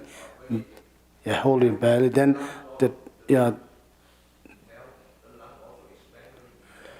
main thing you have to expand your belly. The belly should be expanded, and then the lungs and head should be stay normal. When you practice yoga, also we do same things. Hold energy into your belly, and then still we can do all other exercise. Same as during the meditation. Also, you have to hold in your belly. Then belly will be extend bigger. Then hold. And then once you exhale, the belly will get back, become small and small. It may, if you are skinny, you may touch the backbone, something like that.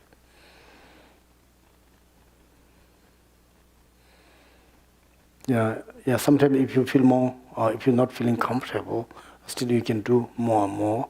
So that's very, very good for relaxations, and also good for health. Good for health. So therefore, before the meditation also, we have to do the breathing exercise. Before the yoga practice also, we need to do the breathing exercise. Yeah, so if you want to do more deeper, the visualization practice-wise, so when you exhale, when you exhale from the left side, then you have to visualize the air in the form of the red color, in the form of the bird in red color, dark red, and it's just come out, and it dissolves into the space. It means all the negative energies, including negative energy which came from the desire. In the form of the bird means that the birds symbolize the desire. In the color of the red, it's more desire. When you blow from the left side, then the color should be more in dim white. In the form of the snakes, it come out and dissolve into the space. Means the negative energy which produced by the anchors, that it all released from the right side, and it is dissolved into the emptiness states.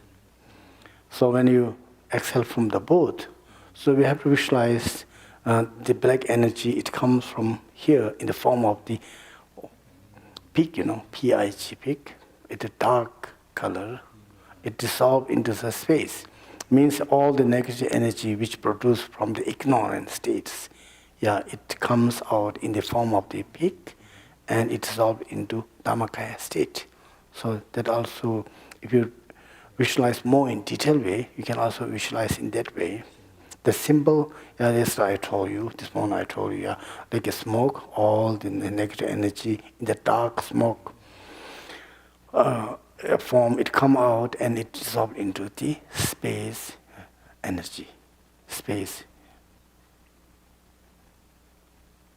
So that's very, very important. Very, very important. If you do lot of those breathing exercise, you may not get sick. Lama who go for retreat for 3 months, mostly they never get sick because they have to do those postures, those practice for every day. Also, they have to do the long prostration for 100 per every day, long prostration. For every day they have to 100. So this way, the body will get exercise and it release all the negative energy, karma, and then they become more healthier and healthier. One of my Lama in Sikkim, Martam, he's old man. He went retreat forever. So every 3 years, 3 months we have a ceremony because other Lama, they will finish their 3-year retreat. But still he will be always there. But he's getting younger and younger, more healthier and healthier. Even he grew his new teeth, he's old. So like amazing, Yeah, if you really focus on meditation and practice with pure heart, then your physical body will be changed into the positive way. Yeah, like Shakyamuni Buddha, he spent many years for meditation practice. After the enlightenment, Buddha doesn't have any doctors, America have a lot of family doctors, rich people. Otherwise, they have their own doctors, hospitals. Shakyamuni Buddha, he never been to hospital. He doesn't have a family doctors. He don't have a private doctors. Yeah, the Padmasambhava, same as Buddha. He doesn't get sick. And his body is a Rinpoche body, is very special. But those Buddha doesn't have a sickness.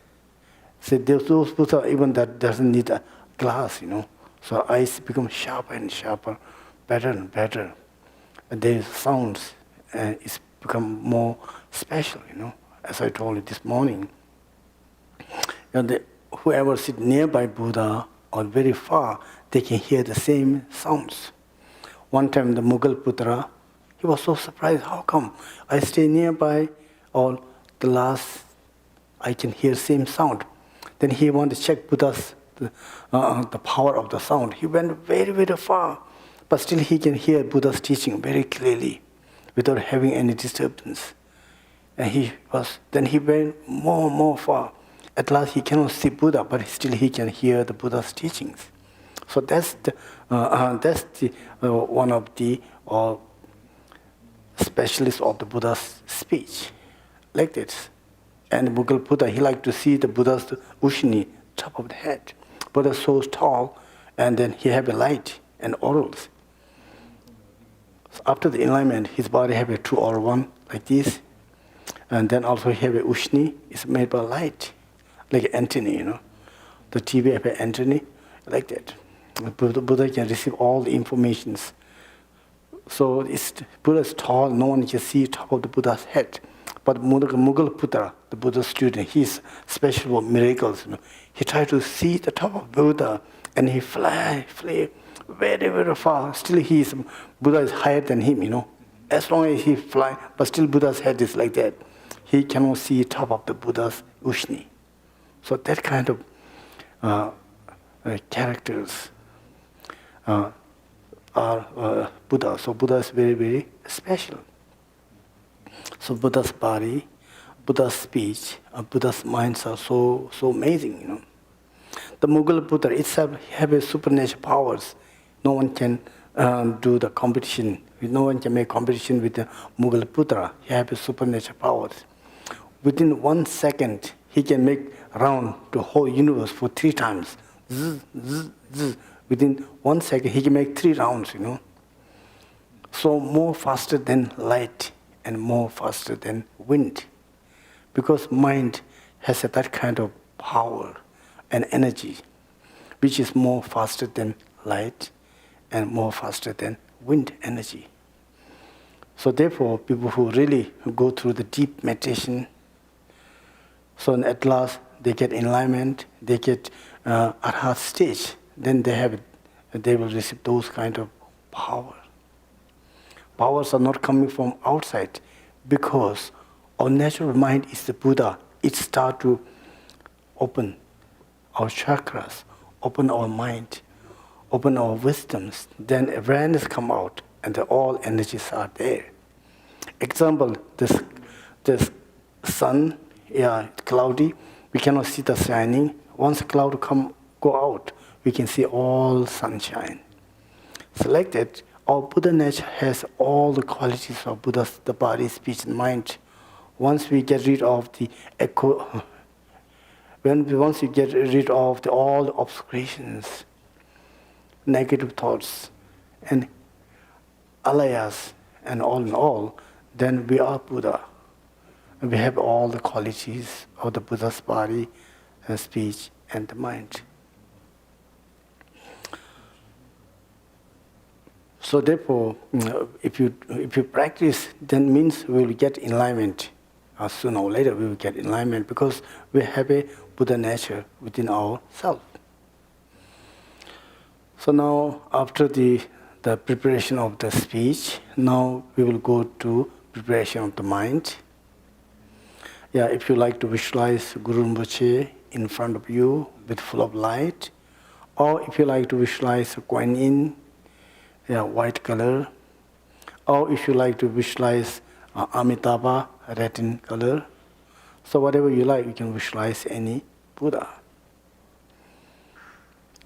This way we can get blessing from Buddha and easy to recognize and understand our awareness. So then we will recite some mantras, or if you like to say Lama Keno, also that's fine. So it's up to you. Or you want to read Om Mani Padme Hum, or if you like to read Om Ah Hum Benza Guru Pema Siti Hum, or if you want to read Om Ami Devahi, also that's fine. It's up to you. Okay, so do you have any choice, anything to say?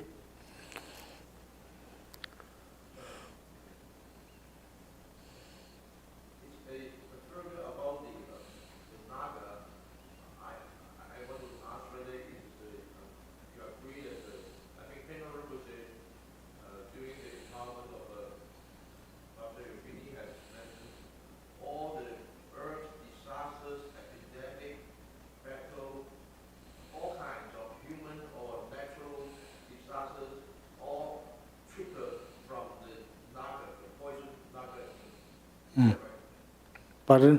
Can you ask again? All those negative things. Oh, yeah. Battle, earthquake, yeah. epidemic, everything is all from the Naga king. The mostly from Naga. If they're not happy, they can also do that. Sometimes by natural way, it comes natural disaster. Sometimes by natural disasters, some from the Nagas. The natural disasters is also triggered like that. So it depends, it depends. It depends, yes. I remember like Chanduru said, Mm-hmm. yes, the big program of depositing all the Naga race in the major ocean, all the That's very good for environment, really, it's good. it's a good way to subdue the wicked world. Yes. I told California, my students, it's better to do those ways, so, and then California may save from the earthquake. Okay. So. This is, I think it's from the Naga king, a gift for me. I found it in the Great Falls. You see the, like a pupa. Oh, yeah, okay. Years ago. Thank you.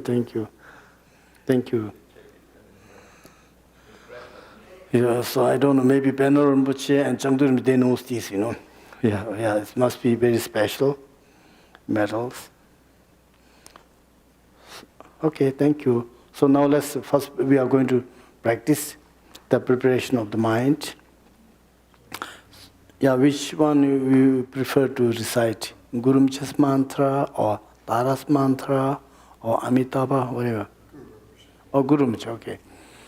So please visualize Guru Rinpoche. I think everyone knows Guru Rinpoche, the lotus-born Buddha, so in front of us with full of lights, and totally we have to the devotion to Padmasambhava and also concentrate on Padmasambhava.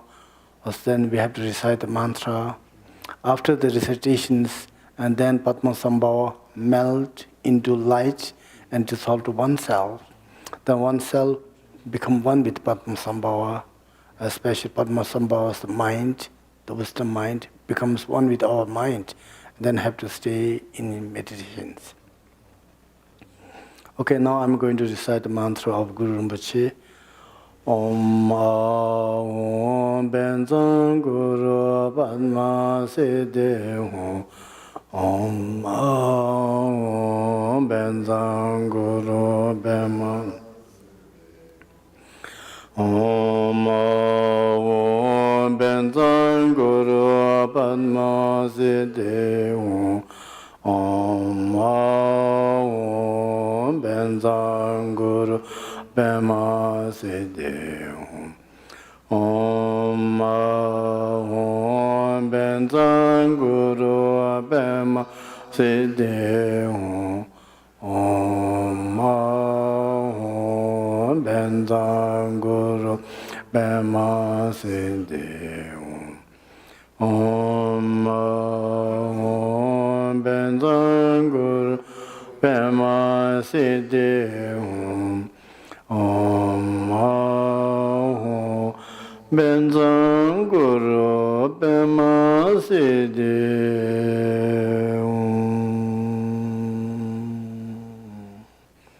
So now the Padmasambhava, the lotus born Buddha melt in the light and dissolve to oneself, and then oneself stay one with Guru Rinpoche, the lotus born Buddha.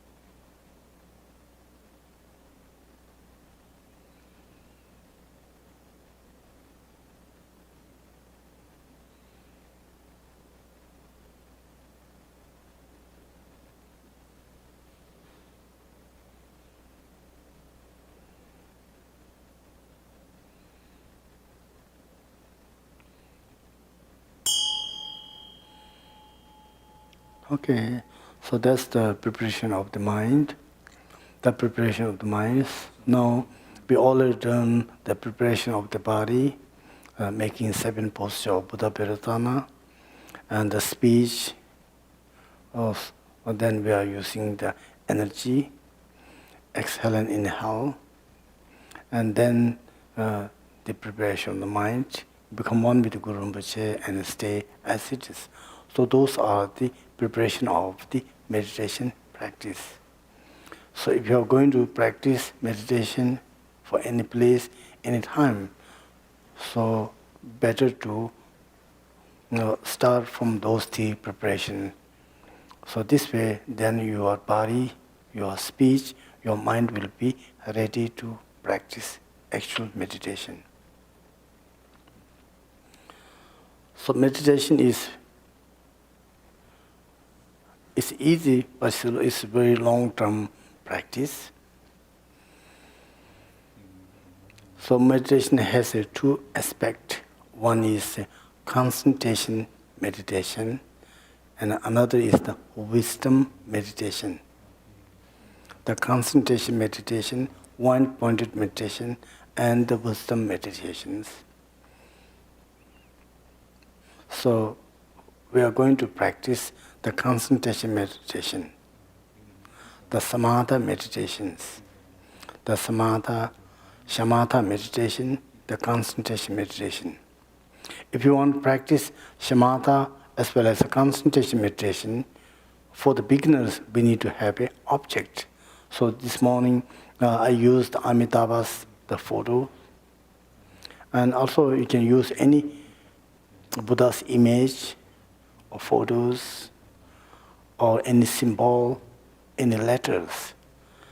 Yeah, sometimes when the doctrine and the practitioner, they focus for samadhi meditations, sometimes we use the letter Hum, and sometimes we use letter A, the 5 colors of the letter A. And also we can use the circle, circle, the 5 colors of circle. So that's also very, very helpful for the concentration meditation, shamatha meditation. So anyhow, we need one object to focus our mind, so that our mind cannot get away from the object. Yeah, such as this morning, I focused to Amitabha Buddha's the photos.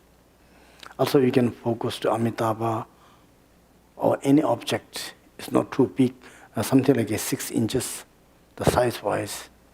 Yeah, also, you can focus to Buddha's image or letter A, letter letter Ha, letter Hum, or letter A. Or you can use, sometimes you can also use the mantras. You can recite mantra like Om.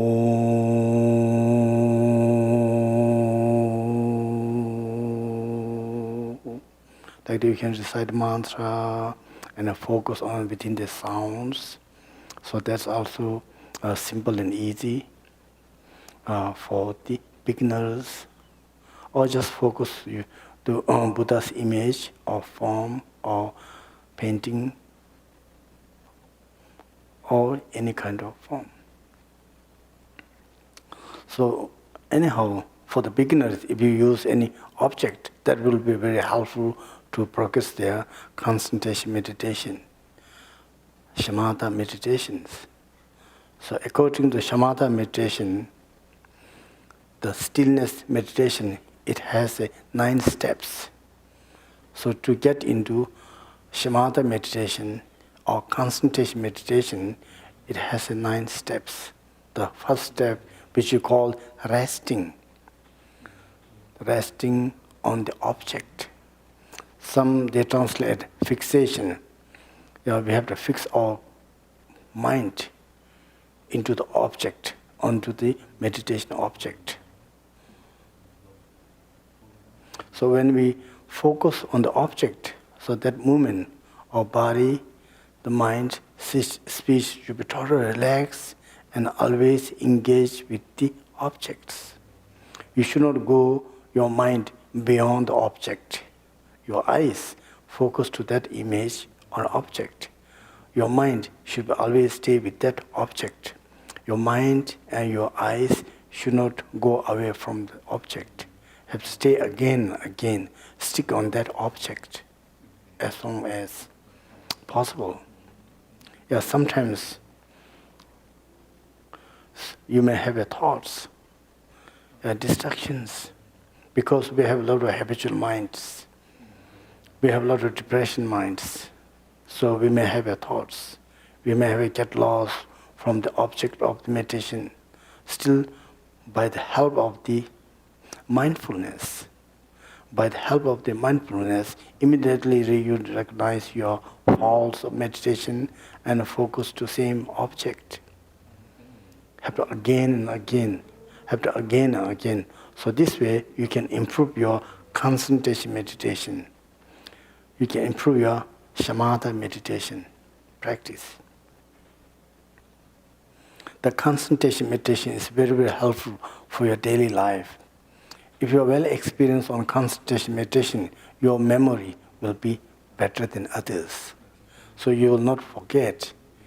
Even when you get old, you will not forget. Your memory will become more and more powerful. Such as His knowledge, Chara Rinpoche.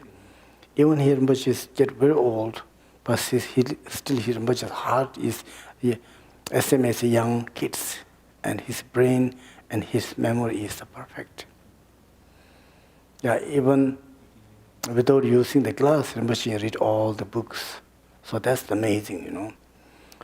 So therefore, once we have a very good in meditation practice, very good practice, then all the memory will be come back. Especially if you are very expert for meditation practice, concentration meditation practice, yeah, then you can get all the supernatural powers. The Arhat who have a experience of the concentration meditation, samadhi meditation, so they can show all kind of miracles, the magic. They can show all kind of supernatural powers, such as Mongol Putra. Shakyamuni Buddha have two principal students. One is Shariputra, which is special for wisdoms. One is Mongol Putra, one who is special for supernatural powers. Yeah, those supernatural powers comes from the concentration meditations. Many Hindu masters, after doing a lot of concentration meditation, samadhi meditation, the form and formless gods meditations, then at last they have a lot of supernatural power. They can disappear, they can fly, so they can transfer their body in many different forms because of the power of the concentration meditations. Some arhat, so they didn't focus for the samadhi, the concentration meditation, only they focus to wisdom meditations.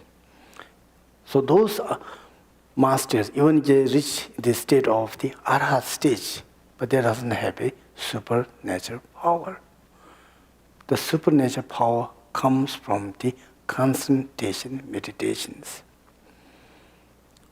So those the yogis who has experience of the samadhi, practice of the form and formless God. Just as I told you, there are 17 universes of the form gods. So they have their own meditation practice, samadhi meditation practice. And the formless God has 4 different states. So they have their own meditations. So those who have experience and train on those samadhi meditations, they have all the supernatural power. They can change their body into fire for different elements. Like a Milarepa, he changed his body to the water. Yeah, some arhat, they change their body to the fires, the winds,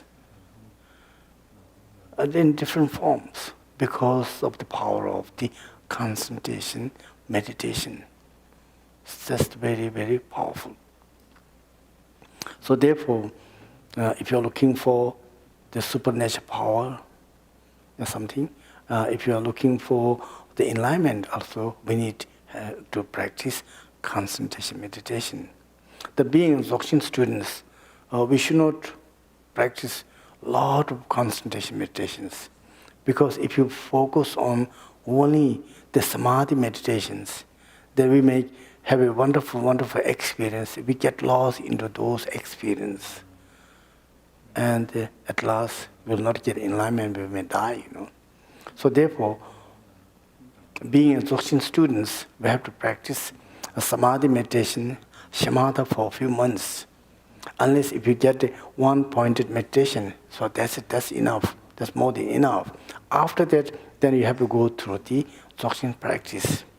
The practice on awareness. This morning also I recommend you. So practice on awareness. Stay within the awareness, which is free from all the obscurations. Whatever consciousness, whatever display of consciousness rises, just let it go and stay in awareness. Stay in awareness. So this way, your awareness will be getting better and better, stronger and stronger, more unstable. And then we can go through the four visions of the Dzogchen, Dzogpa Chimpo. 4 stages or 4 visions. But for the beginner, definitely we need to have an experience of the shamatha, the concentration meditations, by the help of the objects. By the help of the objects. Okay, so now we are going to practice the first stage, the resting. Among the 9 stages of concentration meditation, so we are going to practice on resting. The first stage, meditation. Please focus on your own object. So I'm using the same Amitabha. If you have any Buddhas, the photos, whatever, maybe you can use that one. If you doesn't have, maybe Dhamma Center may have. You can also borrow from the Dhamma Center. Yeah, literally, that's also good. You can use any photos from this book. Maybe it's like Shakyamuni Buddha is the best of the best. Shakyamuni Buddha, the founder of Buddhists in our world. Also, you can focus Shakyamuni Buddha. Easy to focus. In this book. Or you can look or use the Amitabha. Amitabha is a little bit smaller, but still is also good for meditation. Yes, you can use your lockets.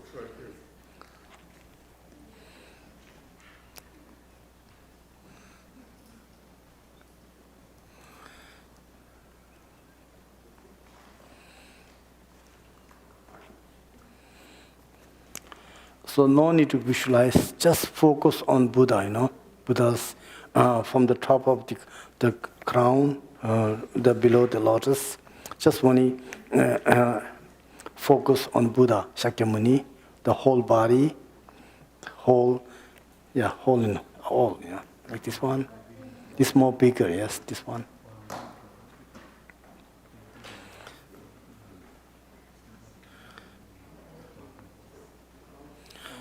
So once you focus on Buddha's, the photo, still you may have distractions. But once you have a distraction, immediately you have to recognize your mistakes and faults of meditation, and immediately have to get back to this photo, this Buddha's image. Okay, everybody ready? Are you ready now? Let's start. Going phone today. Phone. Choose the little bit.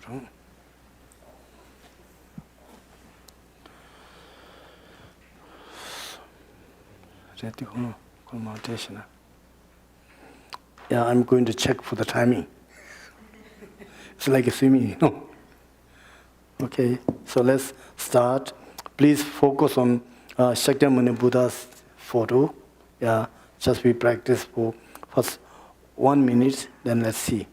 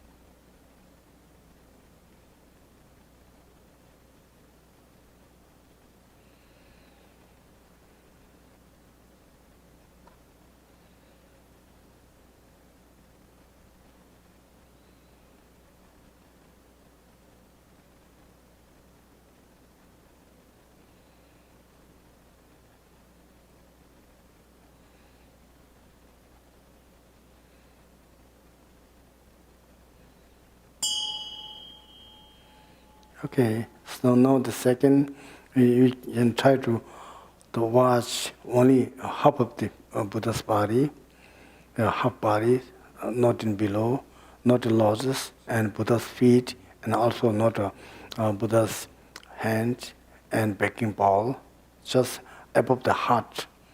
You can watch and focus on that state. So let's try.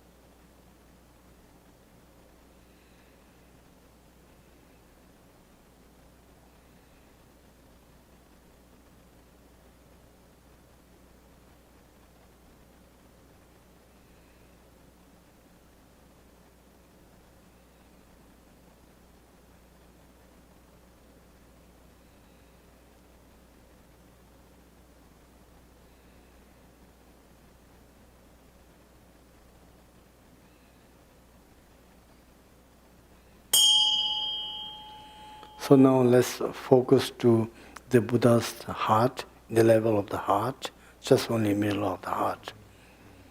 Please focus in the middle of the Buddha's heart, not to the head.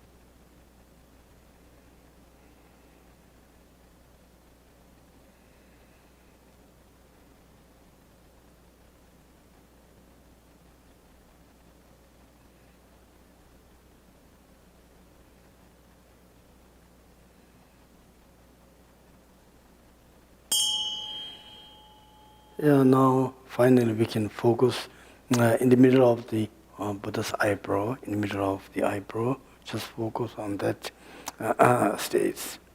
Try to stay in concentration, meditation.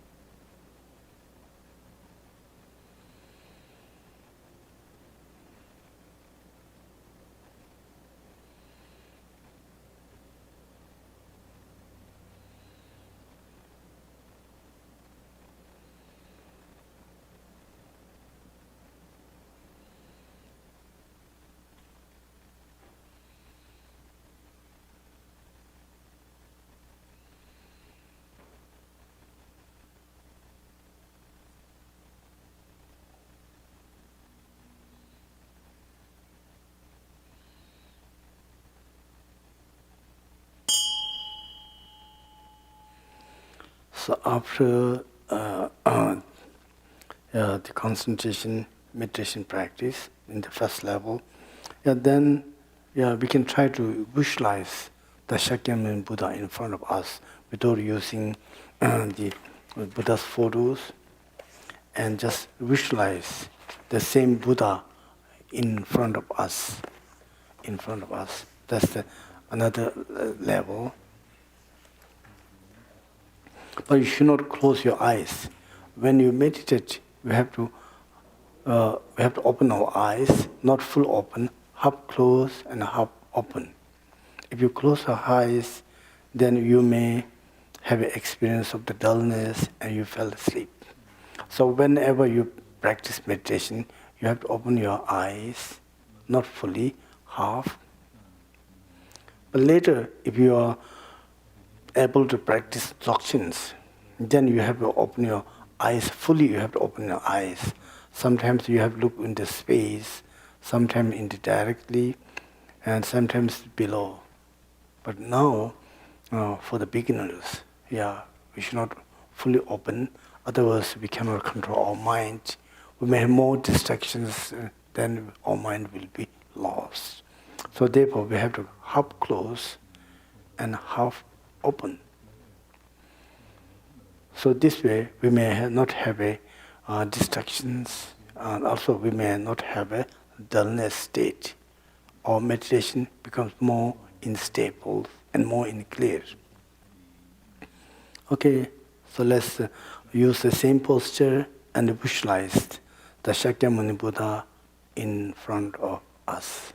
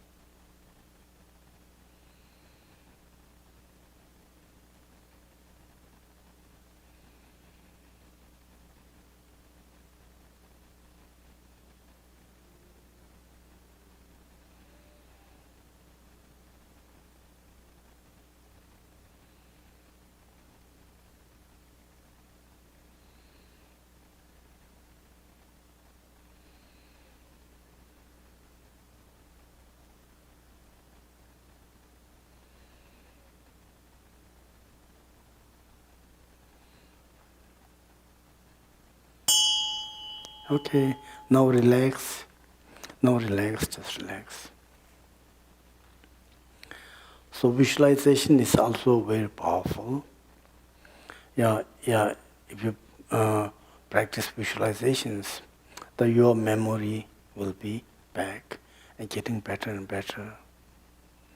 And you will feel more peace and calm and peace. Such as if you visualize Buddha, means your mind becomes Buddha. Your mind changes into Buddha's form. And if you visualize the white Tara, or the green Tara, or Avalokiteshvara Bodhisattvas, means your mind changes into the Avalokiteshvara Bodhisattvas. Your mind changes into white or green Taras.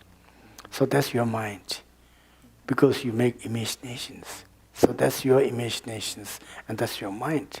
So if you visualize very bright and shining, wonderful, the Buddhas, that will help you for your brain, for your memory, for your health, and for your inner peace. Inner peace. So therefore, visualization practice is very, very good for brain and heart, and also for the enlightenment.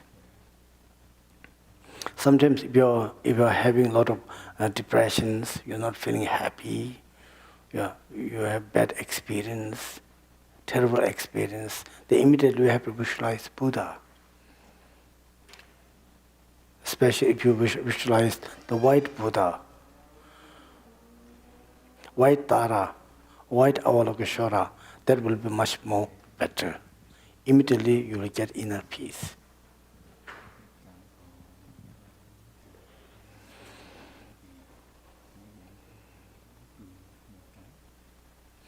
So therefore, visualization has its own the powers, its own benefits. but it's not easy to succeed the visualization practice. It takes a lot of times. First, we need to visualize one Buddha, like a Avalokiteshvara, one face, two arms. Yeah, if you can image very clearly, then we have to visualize from the back side, front side, right side, left side, from the top, from the bottom, from each and every angles. You have to visualize.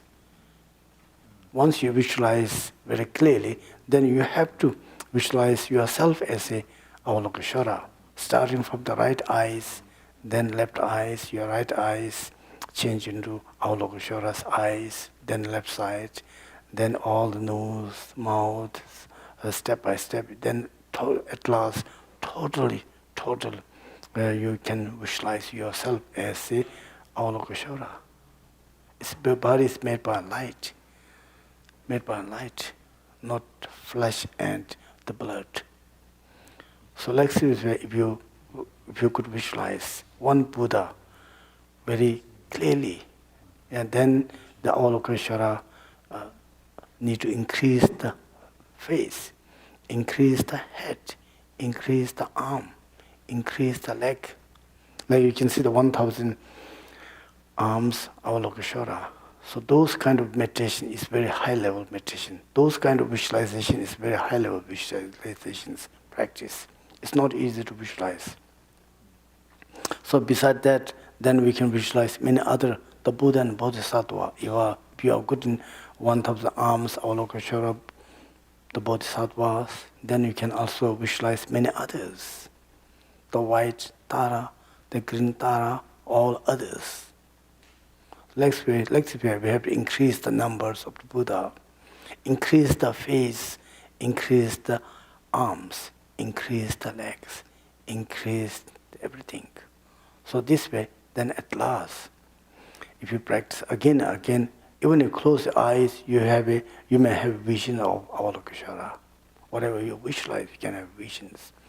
Again, if you practice again and again, later you can, when you open the eyes, then you can see, but you cannot touch. But still, if you practice again and again for many times, for many ways, from all the directions of the Buddha, from right side, left side, from the top, from the down. Sometimes we have to visualize Buddha is walking on the steed, sometimes flying, sometimes under the oceans, like that, sometimes inside the wall. So whatever you visualize, if you are good enough for visualizing practice, still you can see in that way. So that's the second class. You reach in the second class. So then the final class, you can see not only that you can touch, we can talk, we can discuss. So that's the final, the result of the visualization practice. So visualization has a lot of powers. So, but it takes time. So just before I talk about the power of meditation, concentration meditation, same as the power of the visualization has its own powers. But doctrine-wise, as I told before, so we are not worried for the visualizations. We are not worried for the yoga exercise. Just only try to recognize our own awareness, our own rikpa, the self-rising awareness, which is free from all the obscurations and the thoughts, which is very fresh and very clear. So which is beyond the mind, beyond the explanations, beyond the word, beyond the language. First we need to recognize our own awareness by the bit instructions of the Guru, or become one with the Guru Rinpoche. So then if you could recognize our awareness and then try to stay on that state. So without having any efforts. Yesterday I told you, if you want to practice doctrine at the end, you should be free from all the efforts, free from physical efforts and the mental efforts. All the efforts comes from the consciousness states. Yeah, that will create a lot of karmas. The consciousness efforts come from the ordinary wind energy. The wind energy display the consciousness. The consciousness display many different experiences. So therefore, the real nature of the mind is beyond the consciousness, beyond the thoughts, beyond the obscurations. It's very fresh and clear. It's beyond the ignorance. So therefore we call the clear light, or we call the awareness, self-rising awareness. We have to try to understand, recognize, and stay on that state. Yeah, if you cannot stay on within the awareness state, then still we can stay in emptiness state. And emptiness state is more easy to understand. Just now we think, me, I want to go, I want to sleep, I want to eat. Morning when I wake up, what I need to do, what is my job, what is my appointment? You check all the schedules. If you're thinking for self and me, then I have to check where is me. Is body is me? No, they say, this is my body, you know. It's brain? Oh no, this is my brain. You always make separation between your self and the brain. My heart is not me. My skin, my blood, my bone, my ankle, my everything. Those are not you. Hair's not you, the skin is not you, bone is not you, the flesh is not you, blood is not you, heart is not you, the brain is not you. All the chakras are not you. So where am I? Where's I? If you check, you find nothing. Because there's no self. There's no self. Buddha said selflessness. Thinking for self is a misunderstanding, you know. Big misunderstanding. Big misunderstanding. So therefore, Buddha introduced selflessness within the first sermon and the second sermon. First teaching and also second part of teachings. So there's no self. If you find there's no self, immediately you have to stay on that state. Oh, there's no me, there's no self. Immediately you have to stay on that state for a while. So that's what we call meditation on selflessness. Meditation on selflessness. Then you have to stay on that state again and again. At last, you will understand the emptiness of the selflessness. That's most simple. Just watch and check by yourself. You will find there's no self. Then stay as it is. That's the meditation of the Hinayana. So that's the meditation of the Shavaka and Pratyayana Buddhas. Even people who practice doctrine, they also check for their self. So they also mention to check themselves. Where is self? Where is others? Where is the phenomena? Where is everyone? You know. So at last you will find nothing.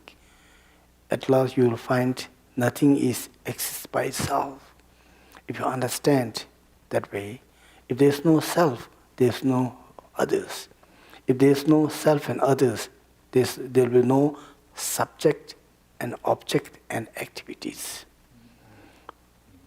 So then there will be no phenomena and appearance. By understanding that, again you have to stay on that state. Means you are practicing the phenomena emptiness.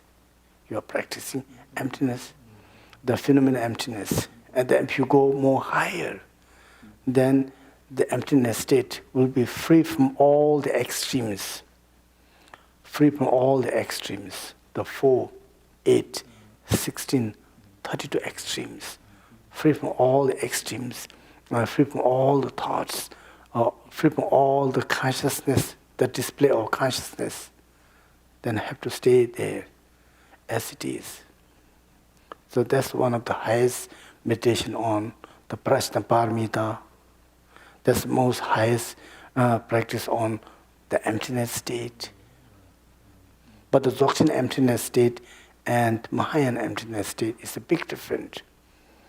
So that's the Mahayana's voice, the practice on great emptiness.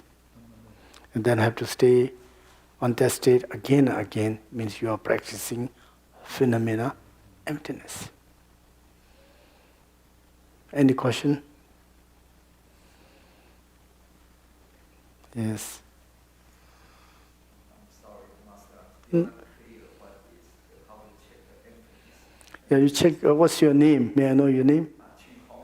Qing Huang Chen. Yeah, you have to check, where's the Qing Huang Chen? Where's me? If you check, your body is not the Qing Huang. You say, my body, it's not you. Yeah, keep checking one by one, one by one. The hair is not you. There are many, many thousands of hair, but it's not you. You are thinking me, one, Yeah, just thinking, you are thinking, but actually there's no you. No Qing Kong Qing. Because the skin is not a Qing Kong Qing. It's only a name, Somebody gave you, maybe your father, mother, somebody gave you names. It's not only names. There must be many, many, many hundred thousands of Qing Kong Qing, That's not you. That's Qing Kong Qing, that's only the name, You think that name is me, that's misunderstanding. That's misunderstanding. So if you check yourself, where's the Qing Kong Qing? The hair can cut, change the colors. The skin, it will be changed. The baby cut, then blood, the flesh. If you think bone, there are many, many bones, more than 300 parts of bones. You think yourself is only alone, me. So that bone is not you, the flesh is not you. You think heart can change, nowadays. If you go to hospital, they can change heart. Heart's not Qing Kong Qing. The brain is not inside the blood, and all the vessels, they are not you. So if you check, where's me? There's no, you will not find. You will not find means there's not you. Means that's emptiness.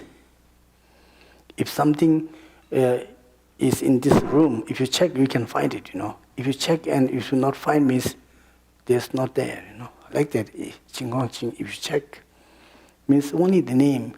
You have attachment on that name. That thing, you are thinking, this is me. That's your misunderstanding. That's your illusions. Even you sleep, somebody go, where's Qing Kong Qing? You say, yes, I'm here. Immediately you answer. That's also your habitual mind. That's attachment.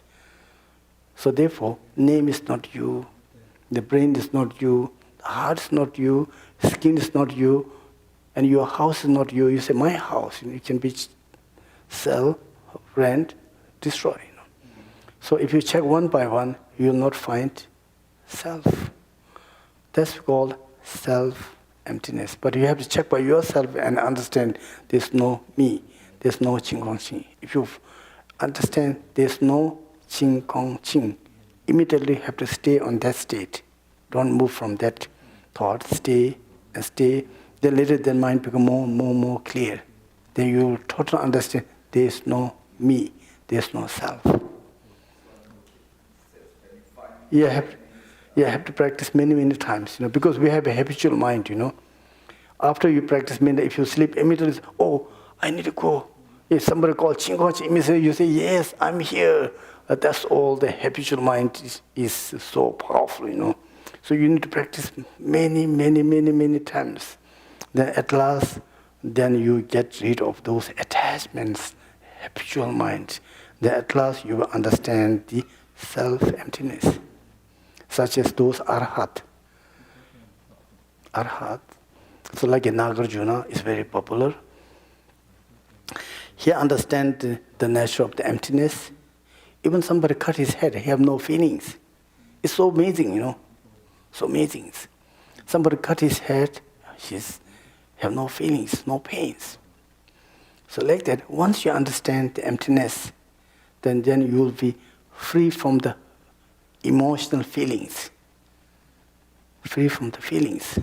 Just know, ordinary people, if you say good thing, you smile, or if you say bad thing, you feel very angry, because we have a lot of emotion, because we didn't understand the true nature of the emptiness.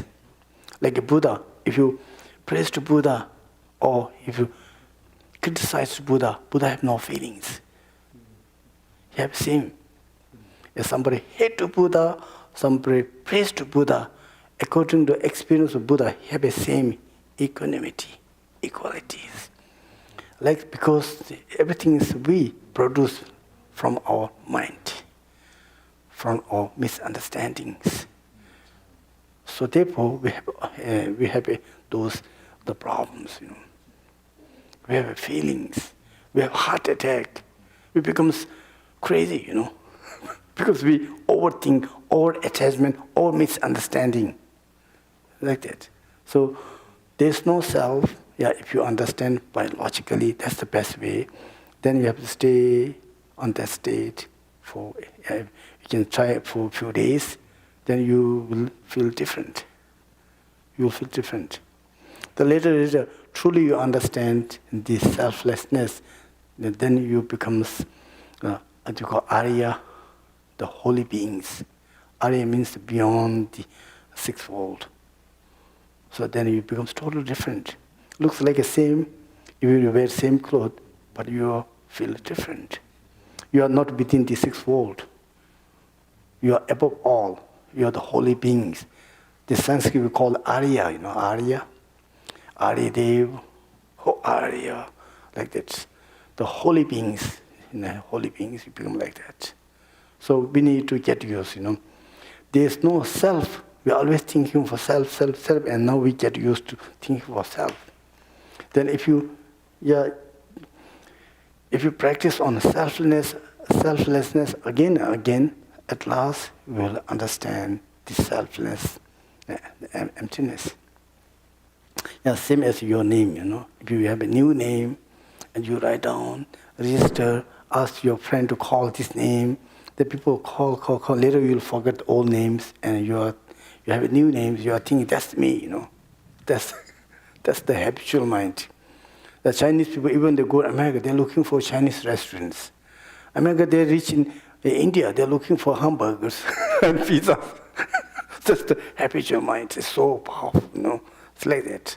So we need to get used. Once we get used, everything is very easy and simple. So Milarepa says the practice, the meditation is to get used there. Once you get used, nothing will be surprise. Yes. So same. I tell you, Nagarjuna, even the cut hair have no pain. If you really understand emptiness, then you have no pain. Because I told you, once you realize the emptiness state, you will be beyond the emotional, the feelings. One Arhat was doing meditation, deep meditation, and emptiness. The one of the snake, that's his past life's enemy, tied up and he bite many times. The other monks saw, they feel very, very terrible. They shout and call Buddha, Buddha, this is happening, please help Buddha. Buddha said, nothing can do. That's his karma. This Arhat need to die. But don't disturb him. If you wake up from meditation, he may have a feelings and pain, then he will die. If you not wake up from meditation state, he'll be fine. He have no problem. Just he stay in meditation same as before. No pain, no feelings. Later, the time comes, he wake up. Immediately, then he have a pain. He screamed and he died immediately. So like that. If you have a feelings, means you are not in emptiness state. If you stay in emptiness state, then you have no pain for your leg. Yes. Dear Rinpoche, I have a question from a practitioner online. The question is, yesterday Rinpoche said to meditate at midnight and early in the morning. For what? that were the teaching from yesterday. How early in the morning? About what time? Why midnight and early in the morning, but not in the other time during the day? Midnight and early morning are more beneficial to practitioner to meditate. And why? What is the purpose of touching the upper palate with the tongue? What the purpose? So what is your first question? I don't understand. Sorry. First question? The first question is, yesterday Rinpoche mentioned that people need to meditate early in the morning. Oh, yes. And around midnight. Yes. Yeah, early What morning. time in the morning? Yeah, early morning, everything, the body, mind, speech, all are in balance and peace. Then if you meditate, you may have more benefit, more progress. Such as Shakyamuni Buddha, he got enlightenment at early morning, not in midnight. But early morning, everything is, then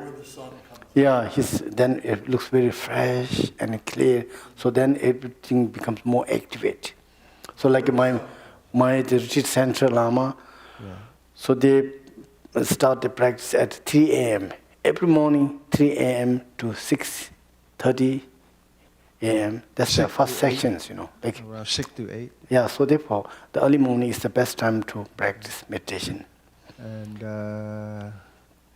what is the purpose of the tongue touching the upper palate? Yeah, that's the very, very, very important to balance the water element. Water, then water will stay in the circle.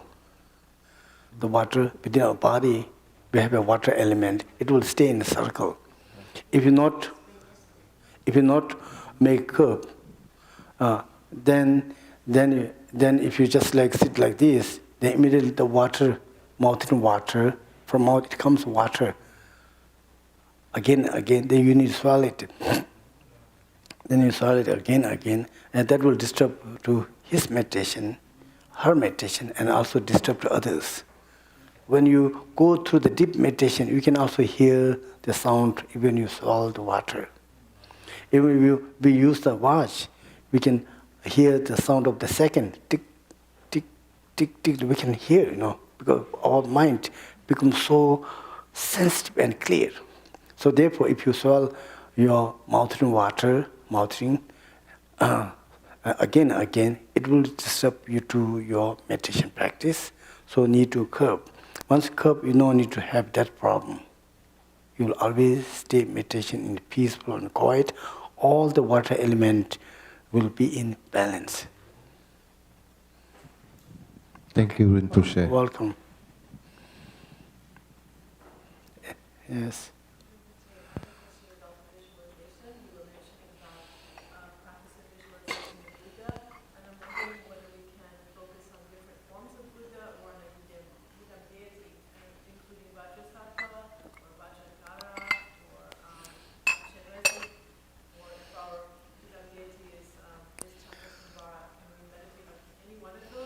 Any one of them, as a object of meditation, any one of them, that's the object of meditation. So better to visualize more simple one, with more simple form. It's more easy to visualize. Welcome. When you mentioned visualizing yourself as the Buddha later, Yes. do you visualize yourself in the space in front or Yourself change. yourself changing? Yeah. So just So imagine. no more ani. That time you become Buddha. Total. You become Buddha. So no, better not have feeling for yourself. You shouldn't think I'm the ani. You fully yourself change into the Buddha. You have a lot of seed. Then you change Buddha's body. Total. You become Buddha. That will make big difference, yes. Welcome. I think this question is very common, but I forgot the answer. The question is, how come there's non-self? But then who is the one that become Arya? Because it sounds contradicting. At first we say that's a non-self. Mm-hmm. There's no I. Yes. But there is a person that attains Arya heart. Hmm. Why is that? The Arhat who practice selflessness, self-emptiness, once they realized real emptiness, that becomes, we call the Arhat, become Arhat. Like you study and you have PhD, you can become doctor, how, you know? Yeah, then if you just graduate, oh, we graduate, or how becomes the graduation, is like that. So you have your own promotion, you know? So like the meditation level also, once you totally understand self-emptiness, that total understand that you have no feeling of the self. When you wake up, you have no feelings. So that moment, you become Arya, the holy beings. But the Arhat, while meditating, he never have that thought that I become Arhat. Oh, no, he doesn't. No. Yeah, no. Yeah, Buddha also pretending, as he said, if he said, no, I, Shakyamuni Buddha, teach you, he said, that's according to human beings, you know. Otherwise, Buddha, people not understand. Yeah. Yes.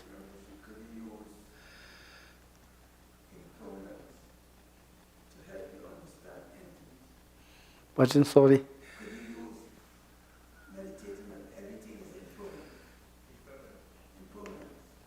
Impermanence? Oh, yes, yeah.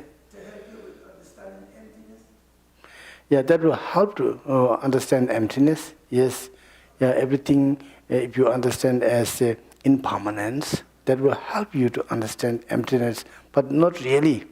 Not really, you don't understand. But to understand emptiness, you have to stay within this emptiness state.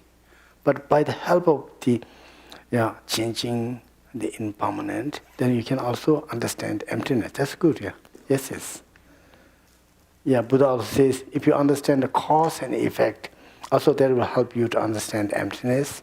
Also, you mentioned same question, if you understand the impermanence, yeah, that will also help you to understand emptiness. That's right. Okay. Yeah, any question? Yes.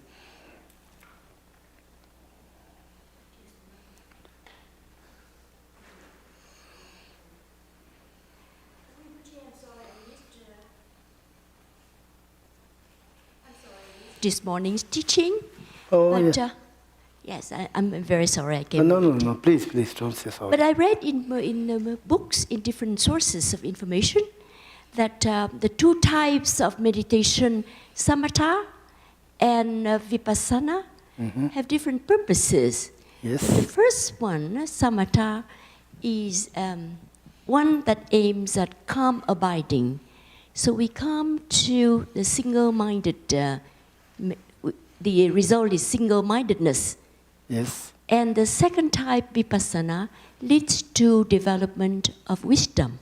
Is that correct? Yes, because there is more roughly, investigation. Yes. And it's also called insight meditation. It has both, you know. Is it correct? Yes. Yes. Now, in the Theravada tradition, yes, there are 40 objects of meditation in samatha.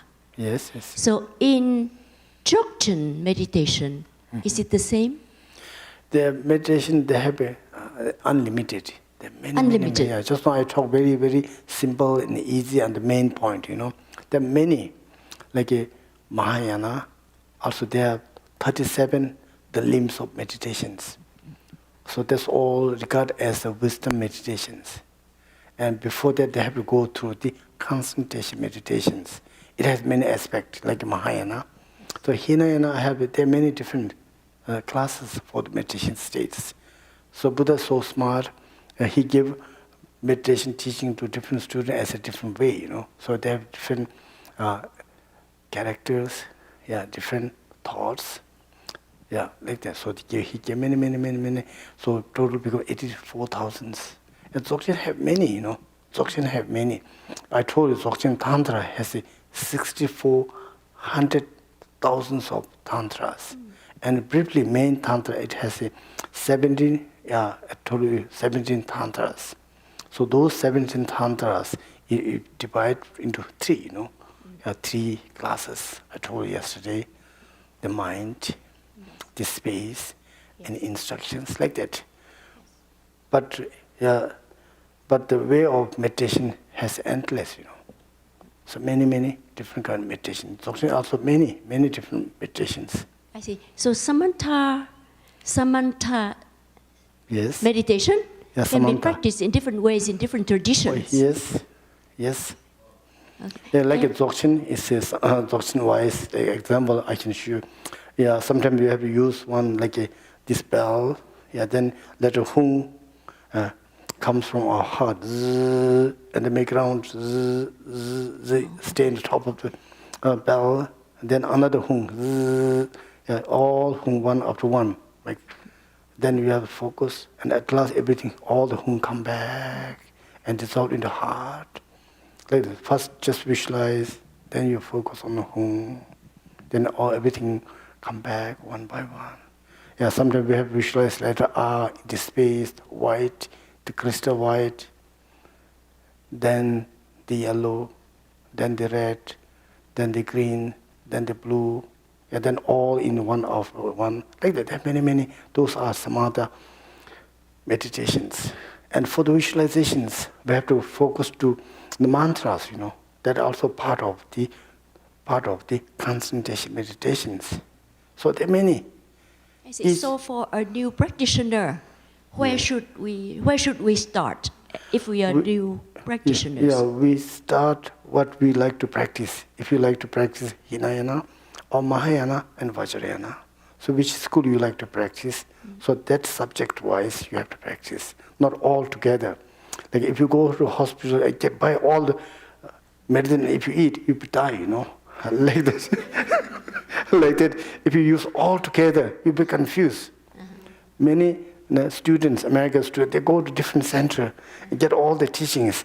Later, all master says, this is best, this. Later they confused and get lost, like that. So whatever you need, which one is matching with you, which teaching is helpful for you, that's the best one. That's your way to get alignment. Yeah. Even Dzogchen, which is supposed to be superior, Yeah, is it Dzogchen is okay superior. Yeah, like it Nayana wise, yeah, that's the best. But sometimes it won't help to someone, Someone cannot accept sometimes, They think, oh, it doesn't make sense. Stay in Avenda. How come? I don't understand. Like that, they don't like to practice Dzogchen. So, yeah, like that. Some also people criticize Dzogchen, because they have no karma to practice Dzogchens. Should be qualified. Right. So why Buddha need to teach all kind of teachings? Because all kind of karma, all kind of levels, all kind of characters. Right. Buddha never make mistake. Buddha know to whom I need to give teachings. Right. When I need to give teachings. Then in the right time, Buddha give teaching and that person becomes enlightened beings. The good doctor, they will give you right medicine. Then you can recover very soon. The bad doctor, they will give you wrong medicine and you die, Yeah. Something like you're getting worse, like that. So Buddha is so smart. He know when he need to give teachings, what kind of teachings. So how he need to give teachings. So it's very smart. Sometimes even you ask Buddha a question, Buddha just silence and no answer. He know it's not time to answer you. If I answer you, you may have a misunderstanding. You may not accept my teachings. So Buddha always silent and smiling, not showing angry face, but he's smiling.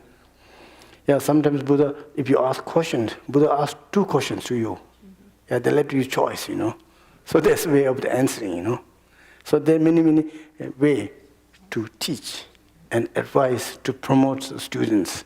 So Buddha is so wonderful, so amazing.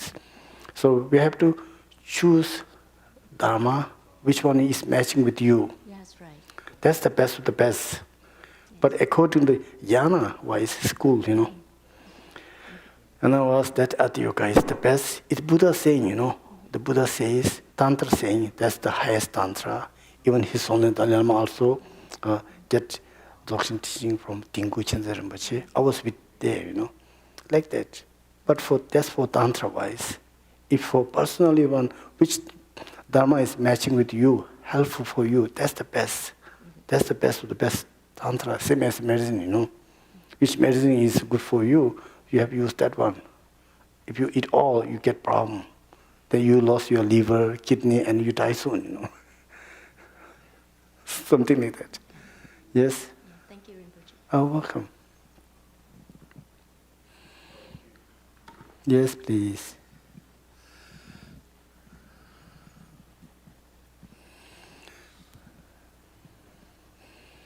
I had one question when I meditation, and you told me that you told us that we had to focus on the object in the outside, but Yes. can I focus the inside by the breath? Can I focus it? Yes, yes, sure. Yeah, so there are many ways to practice. Many ways to practice the concentration meditation. Yes, yeah, sometimes like Thai, the Burma, like Sri Lanka. Also, Buddha mentioned in Abhidhamma, I always studied. So we just focus on breath. In exhale and inhale, you have to make counting, you know. You focus on the breath and just go to exhale 1 feet, then it come back, inhale, you have to count 1 to 10, 1 to 10, 1 to 10, like that. That will help you to improve your one-pointed meditation. The Buddha said, if someone have a lot of thoughts, you cannot control. So then you have to focus the breath. So we breathe 24 hours, you know. That's one of the easiest practice for the concentration meditations. So if you focus on breath, it means you always focus your mind. So that's also one of the skillful means of the meditation practice. Sometimes I practice, I feel so tired. Hmm? I feel so tired. Yes. When I practice and before I practice, I feel so tired. So when I meditation, I always feel so sleeping. How we can Get avoid rid. the sleeping? Yeah. when I meditate? Buddha says that if you fell asleep, but you have to make fresh. For meditation wise, you have to take showers. Buddha said you have to wash your at least 5, one is 2 hands, 2 legs and face. Yeah, if you wash by cold water, and then you will get rid of the sleepy dullness. That's also one method. Another, you have to eat less. If you eat more, easy to get sleep.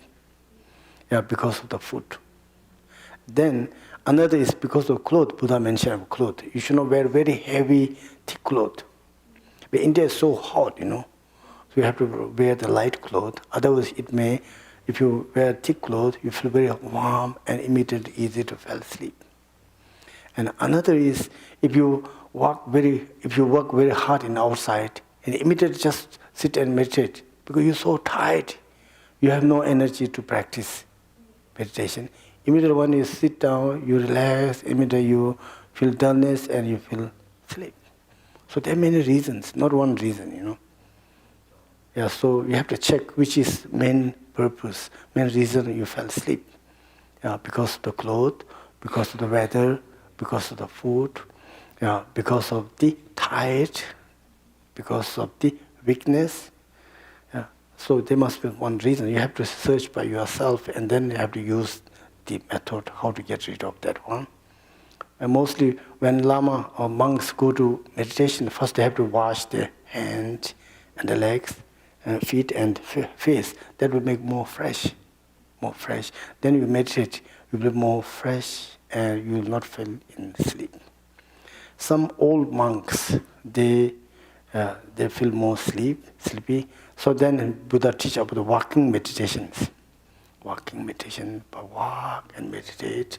And some monks, even they cannot hold their body, so they have a rope to hold that rope and walk, then meditate. Some monks, they're too old, they cannot hold their head, you know, they immediately fell down. So they have a special stick to hold your head, and they put that stick here and then meditate more easy. Yeah, sometimes we're tired, you know. There's some kind of belt. It's a yoga belt, you know. So like that, you have a belt, you have to tie it up and then meditate. Yeah, Bharatana, when he gives Dzogchen teaching to Tibet, one of the very old man, he was very, very devoted to Bharatana translator, but he had no chance to get teachings because Bharatana is so famous. He always stay in Samye monastery universities. The old men stay outside, One day, fortunately, when Perodana walked, and then he understand, this is Perodana. He hold his leg and, please, Perodana, please help me, get me enlightenment. I am fully devoted to you. He cry and hold his leg. At the Perodana check his karma. Oh, he's very, very good karma, Yeah, then he gives Dzogchen teachings, and he cannot sit like this because too old. So he tied up the body, and then let him practice. He got Rainbow body. So you have to check accordingly, So like a sleeping is like this. You need some kind of support for washing, make to fresh, or eat less, or make wear very light clothes, or you make a little bit or cooler, or like that, some kind of skill you need, So you have to check by yourself. Then it's easy to understand. Because our body is mostly related with the 4 elements. If 4 elements is not in balance, we get sick. We fell asleep. We even fell down, It's like that. So most young people, so they're tired, they work too much, they feel tired, and then they start meditation. So immediately they feel dullness and they feel asleep. Or eat too much, yeah. Or maybe too tired, Yeah, like that. The good time to meditate in the early morning and the midnight. What time the midnight? What time? So Lama, I'm not saying really midnight, at night time, So here in America, people go for work. After come back, you take shower, make fresh and practice. Like a Lama, like a 6 to 9:30, that's the time for practice. We can do a little bit late, yeah.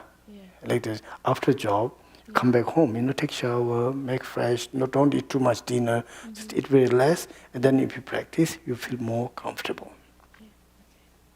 Thank you so much. You're welcome. Yes, yes.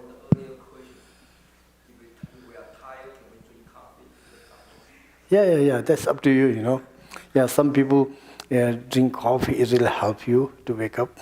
Some people feel dizzy, Some people say, oh, I cannot sleep, I cannot take coffee. So I drink coffee, and I drink sometimes pour tea. Sometimes I drink oolong tea. Today I drink Tibetan tea also, So which one more usual? Coffee make more fresh, that's true. Yeah, I agree that. But yes. Okay. Okay, my turn, Rinpoche. I noticed, for the monastery, Tibetan monastery, for Lama, every day, your homework almost have to also recite the sutras, right? Oh yeah. So for Chinese, or I think I'm lucky because we have 3,000 years of all the professionally translate all kinds of sutras, So I was told by the Nona Rinpoche, who bring Ati Yoga to China like 50 years ago. Yes. And his comment is that who practice Zen plus the Pure Land set. That's like just Namo Amitabha. Yes. Without guru, that sect with just similar to a tiger adding a horn, more powerful. And if you are practicing Vajrayana, you plus also the Pure Land sect, is 10,000 people practice, 10,000 people successful to reborn. So I think for Chinese who have already the professionally sutra, we should study the Tripikaya, the foundation, through the Pure Land sect. Yes. I think I think most people maybe overlook. I think actually those are the very treasure. And for the older one, if we can understand their commentary, a lot of and realize enlightened master. So all the enlightened master is split from the same nose, we say. The same eye. all the enlightened, realized masters, Oh, yeah. past and from now, they all breathe from the same nostril. Means have the same idea. I mean, so just one. So what is your question? May I know your questions? It is important, kind. I think it's important to add also the Theravada or the Pure Land sect besides the tantric or the Vajrayana practice. So I say it depends. It depends on you. It depends on students. Whatever they like, I think that's the best. Yeah. Like American people, some people say, "Oh, I like burger, I like pizza, I like macaronis, I like a coffee, I like just black tea." Like that, they have their own choice. Yeah. So I cannot make decisions. So like that, I cannot make decisions for the students. Whatever they like, I think that's the best. Means whatever they like means that the teachings is helping to them. But I think nothing can replace the reciting of sutras. That's the main point. Reciting of the sutras. Yes. That should be more heavily emphasized, especially to the Asian people who can get access to all the sutras. Yeah. If you could read all the sutras, that's so wonderful, But within American world, we have no time, So we have no time, but still we can read a few sutras. That's also so wonderful. Yeah, I recommend Amitabha is the best of the best choice, because by the practice of Amitabha, next life everybody can go to his Pure Land. So then within the Pure Land, you will receive all the teachings and you will get enlightenment. You get enlightenment. That's my idea. I'm not saying that's the have to have, That's my idea. I explain to you, share with you. Then each and every master, they have their own idea, they have their own experience. All are best of the best. So which one is matching with you? So that's the best teaching, best practice.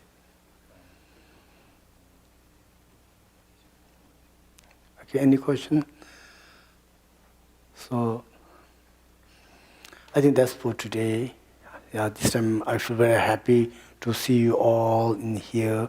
You have wonderful temple, wonderful masters, and you accept all the master of the 4 schools. I really enjoy and rejoice for that. So not only 4 schools from the Sri Lanka, Thai, Burma, Vietnamese, all in all. I think all the Buddhists are the one, All the Buddhist students are the students of Shakyamuni Buddha. All the teaching came from Shakyamuni Buddha until now, So the different students, so they have more different interests. They practice different sutras, tantras, but all are best of the best. The teaching, Buddha's teaching, which one is more matching with your practice, matching with your heart, matching with in your enlightenment state, I think that's the best of the best. Best of the best teachings and best of the best practice. I mentioned about Dzogchen, that's according to the 9 yanas. So then they say Dzogchen is the best. So this time my subject is to introduce Dzogchen and meditations. So I recommend those things. So but actually, I told you before, which teaching is more matching with you, more good for you, more good for your group, or more helping to within your group and within yourself, within your family, that's the best of the best. Yeah, same as vitamins, which vitamin is matching with you, that's the best of the best, for us. The same things. So all dharmas came from the Shakyamuni Buddha. Yeah, sometimes in the form of the Dharmakaya, sometimes in the form of the Sambhogaya Buddha, sometimes in the form of the Nirmanakaya Buddha.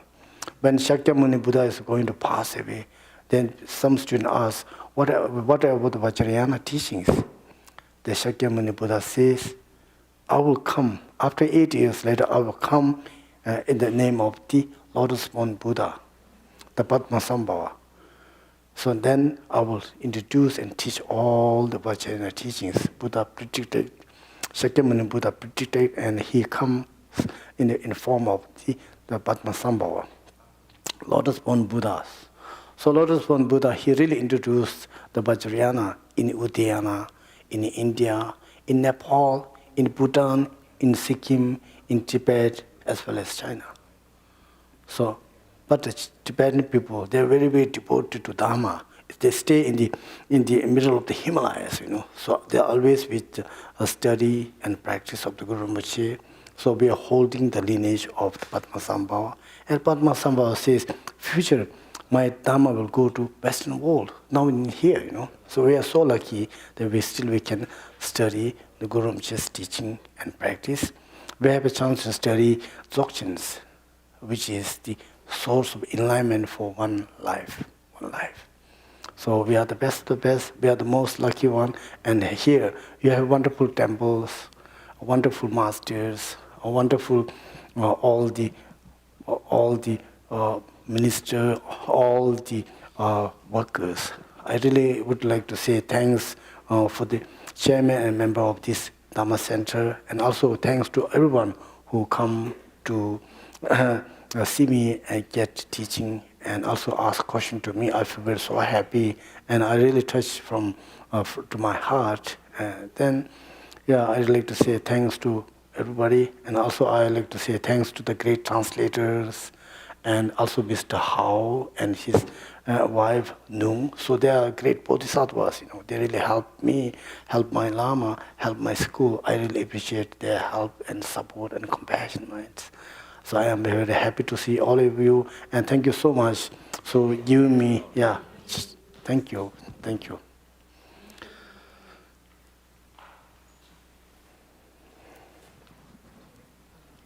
Yes. This is the chairman. He had to take his mom home, but Oh, he yeah. asked me to make this offering to you. Oh, This is thank the you. DVD about Rinpoche. Oh, yes. Rinpoche's Oh, life. yeah. Thank you so much. This book, actually, I only one copy I like to offer to this Dhamma Center, Yeah, please. You can see all the life history of four schools of Tibetan Buddhists, including Bhutanese Buddhists, the Sikkimese Buddhists, also Chinese Buddhists. So I hope this may also help you. A little bit, please. Oh, yes, definitely. Definitely. So thank you very much, and now I'm going to make short dedications, just only 4 lines. Sonam di tamje siba ye tona nyebe dana pamje jega na je bala chuba ye sibe tsole dogun jowai shu Pendi jungwe nyenje bo tenpa yirin neba tenpa zimbe kewo na kuzi shabe tengiro ji Jambe pawe chitra kemba da kundu sangbo tenya tishin Teda kungi jeso dalo jengewa dida tamje rabdo Tisum shikbe gyawa tamje jengwa kangla chodo ngabo Dagi gebe zawa digu jang sambo juje rabdo Ngowa ingi tupten zebe genjen longjen ba shejo tembe ngada jingmi Sungmin lame tenpa side ba shejo tesang gombe jingyo ichi. Thank you.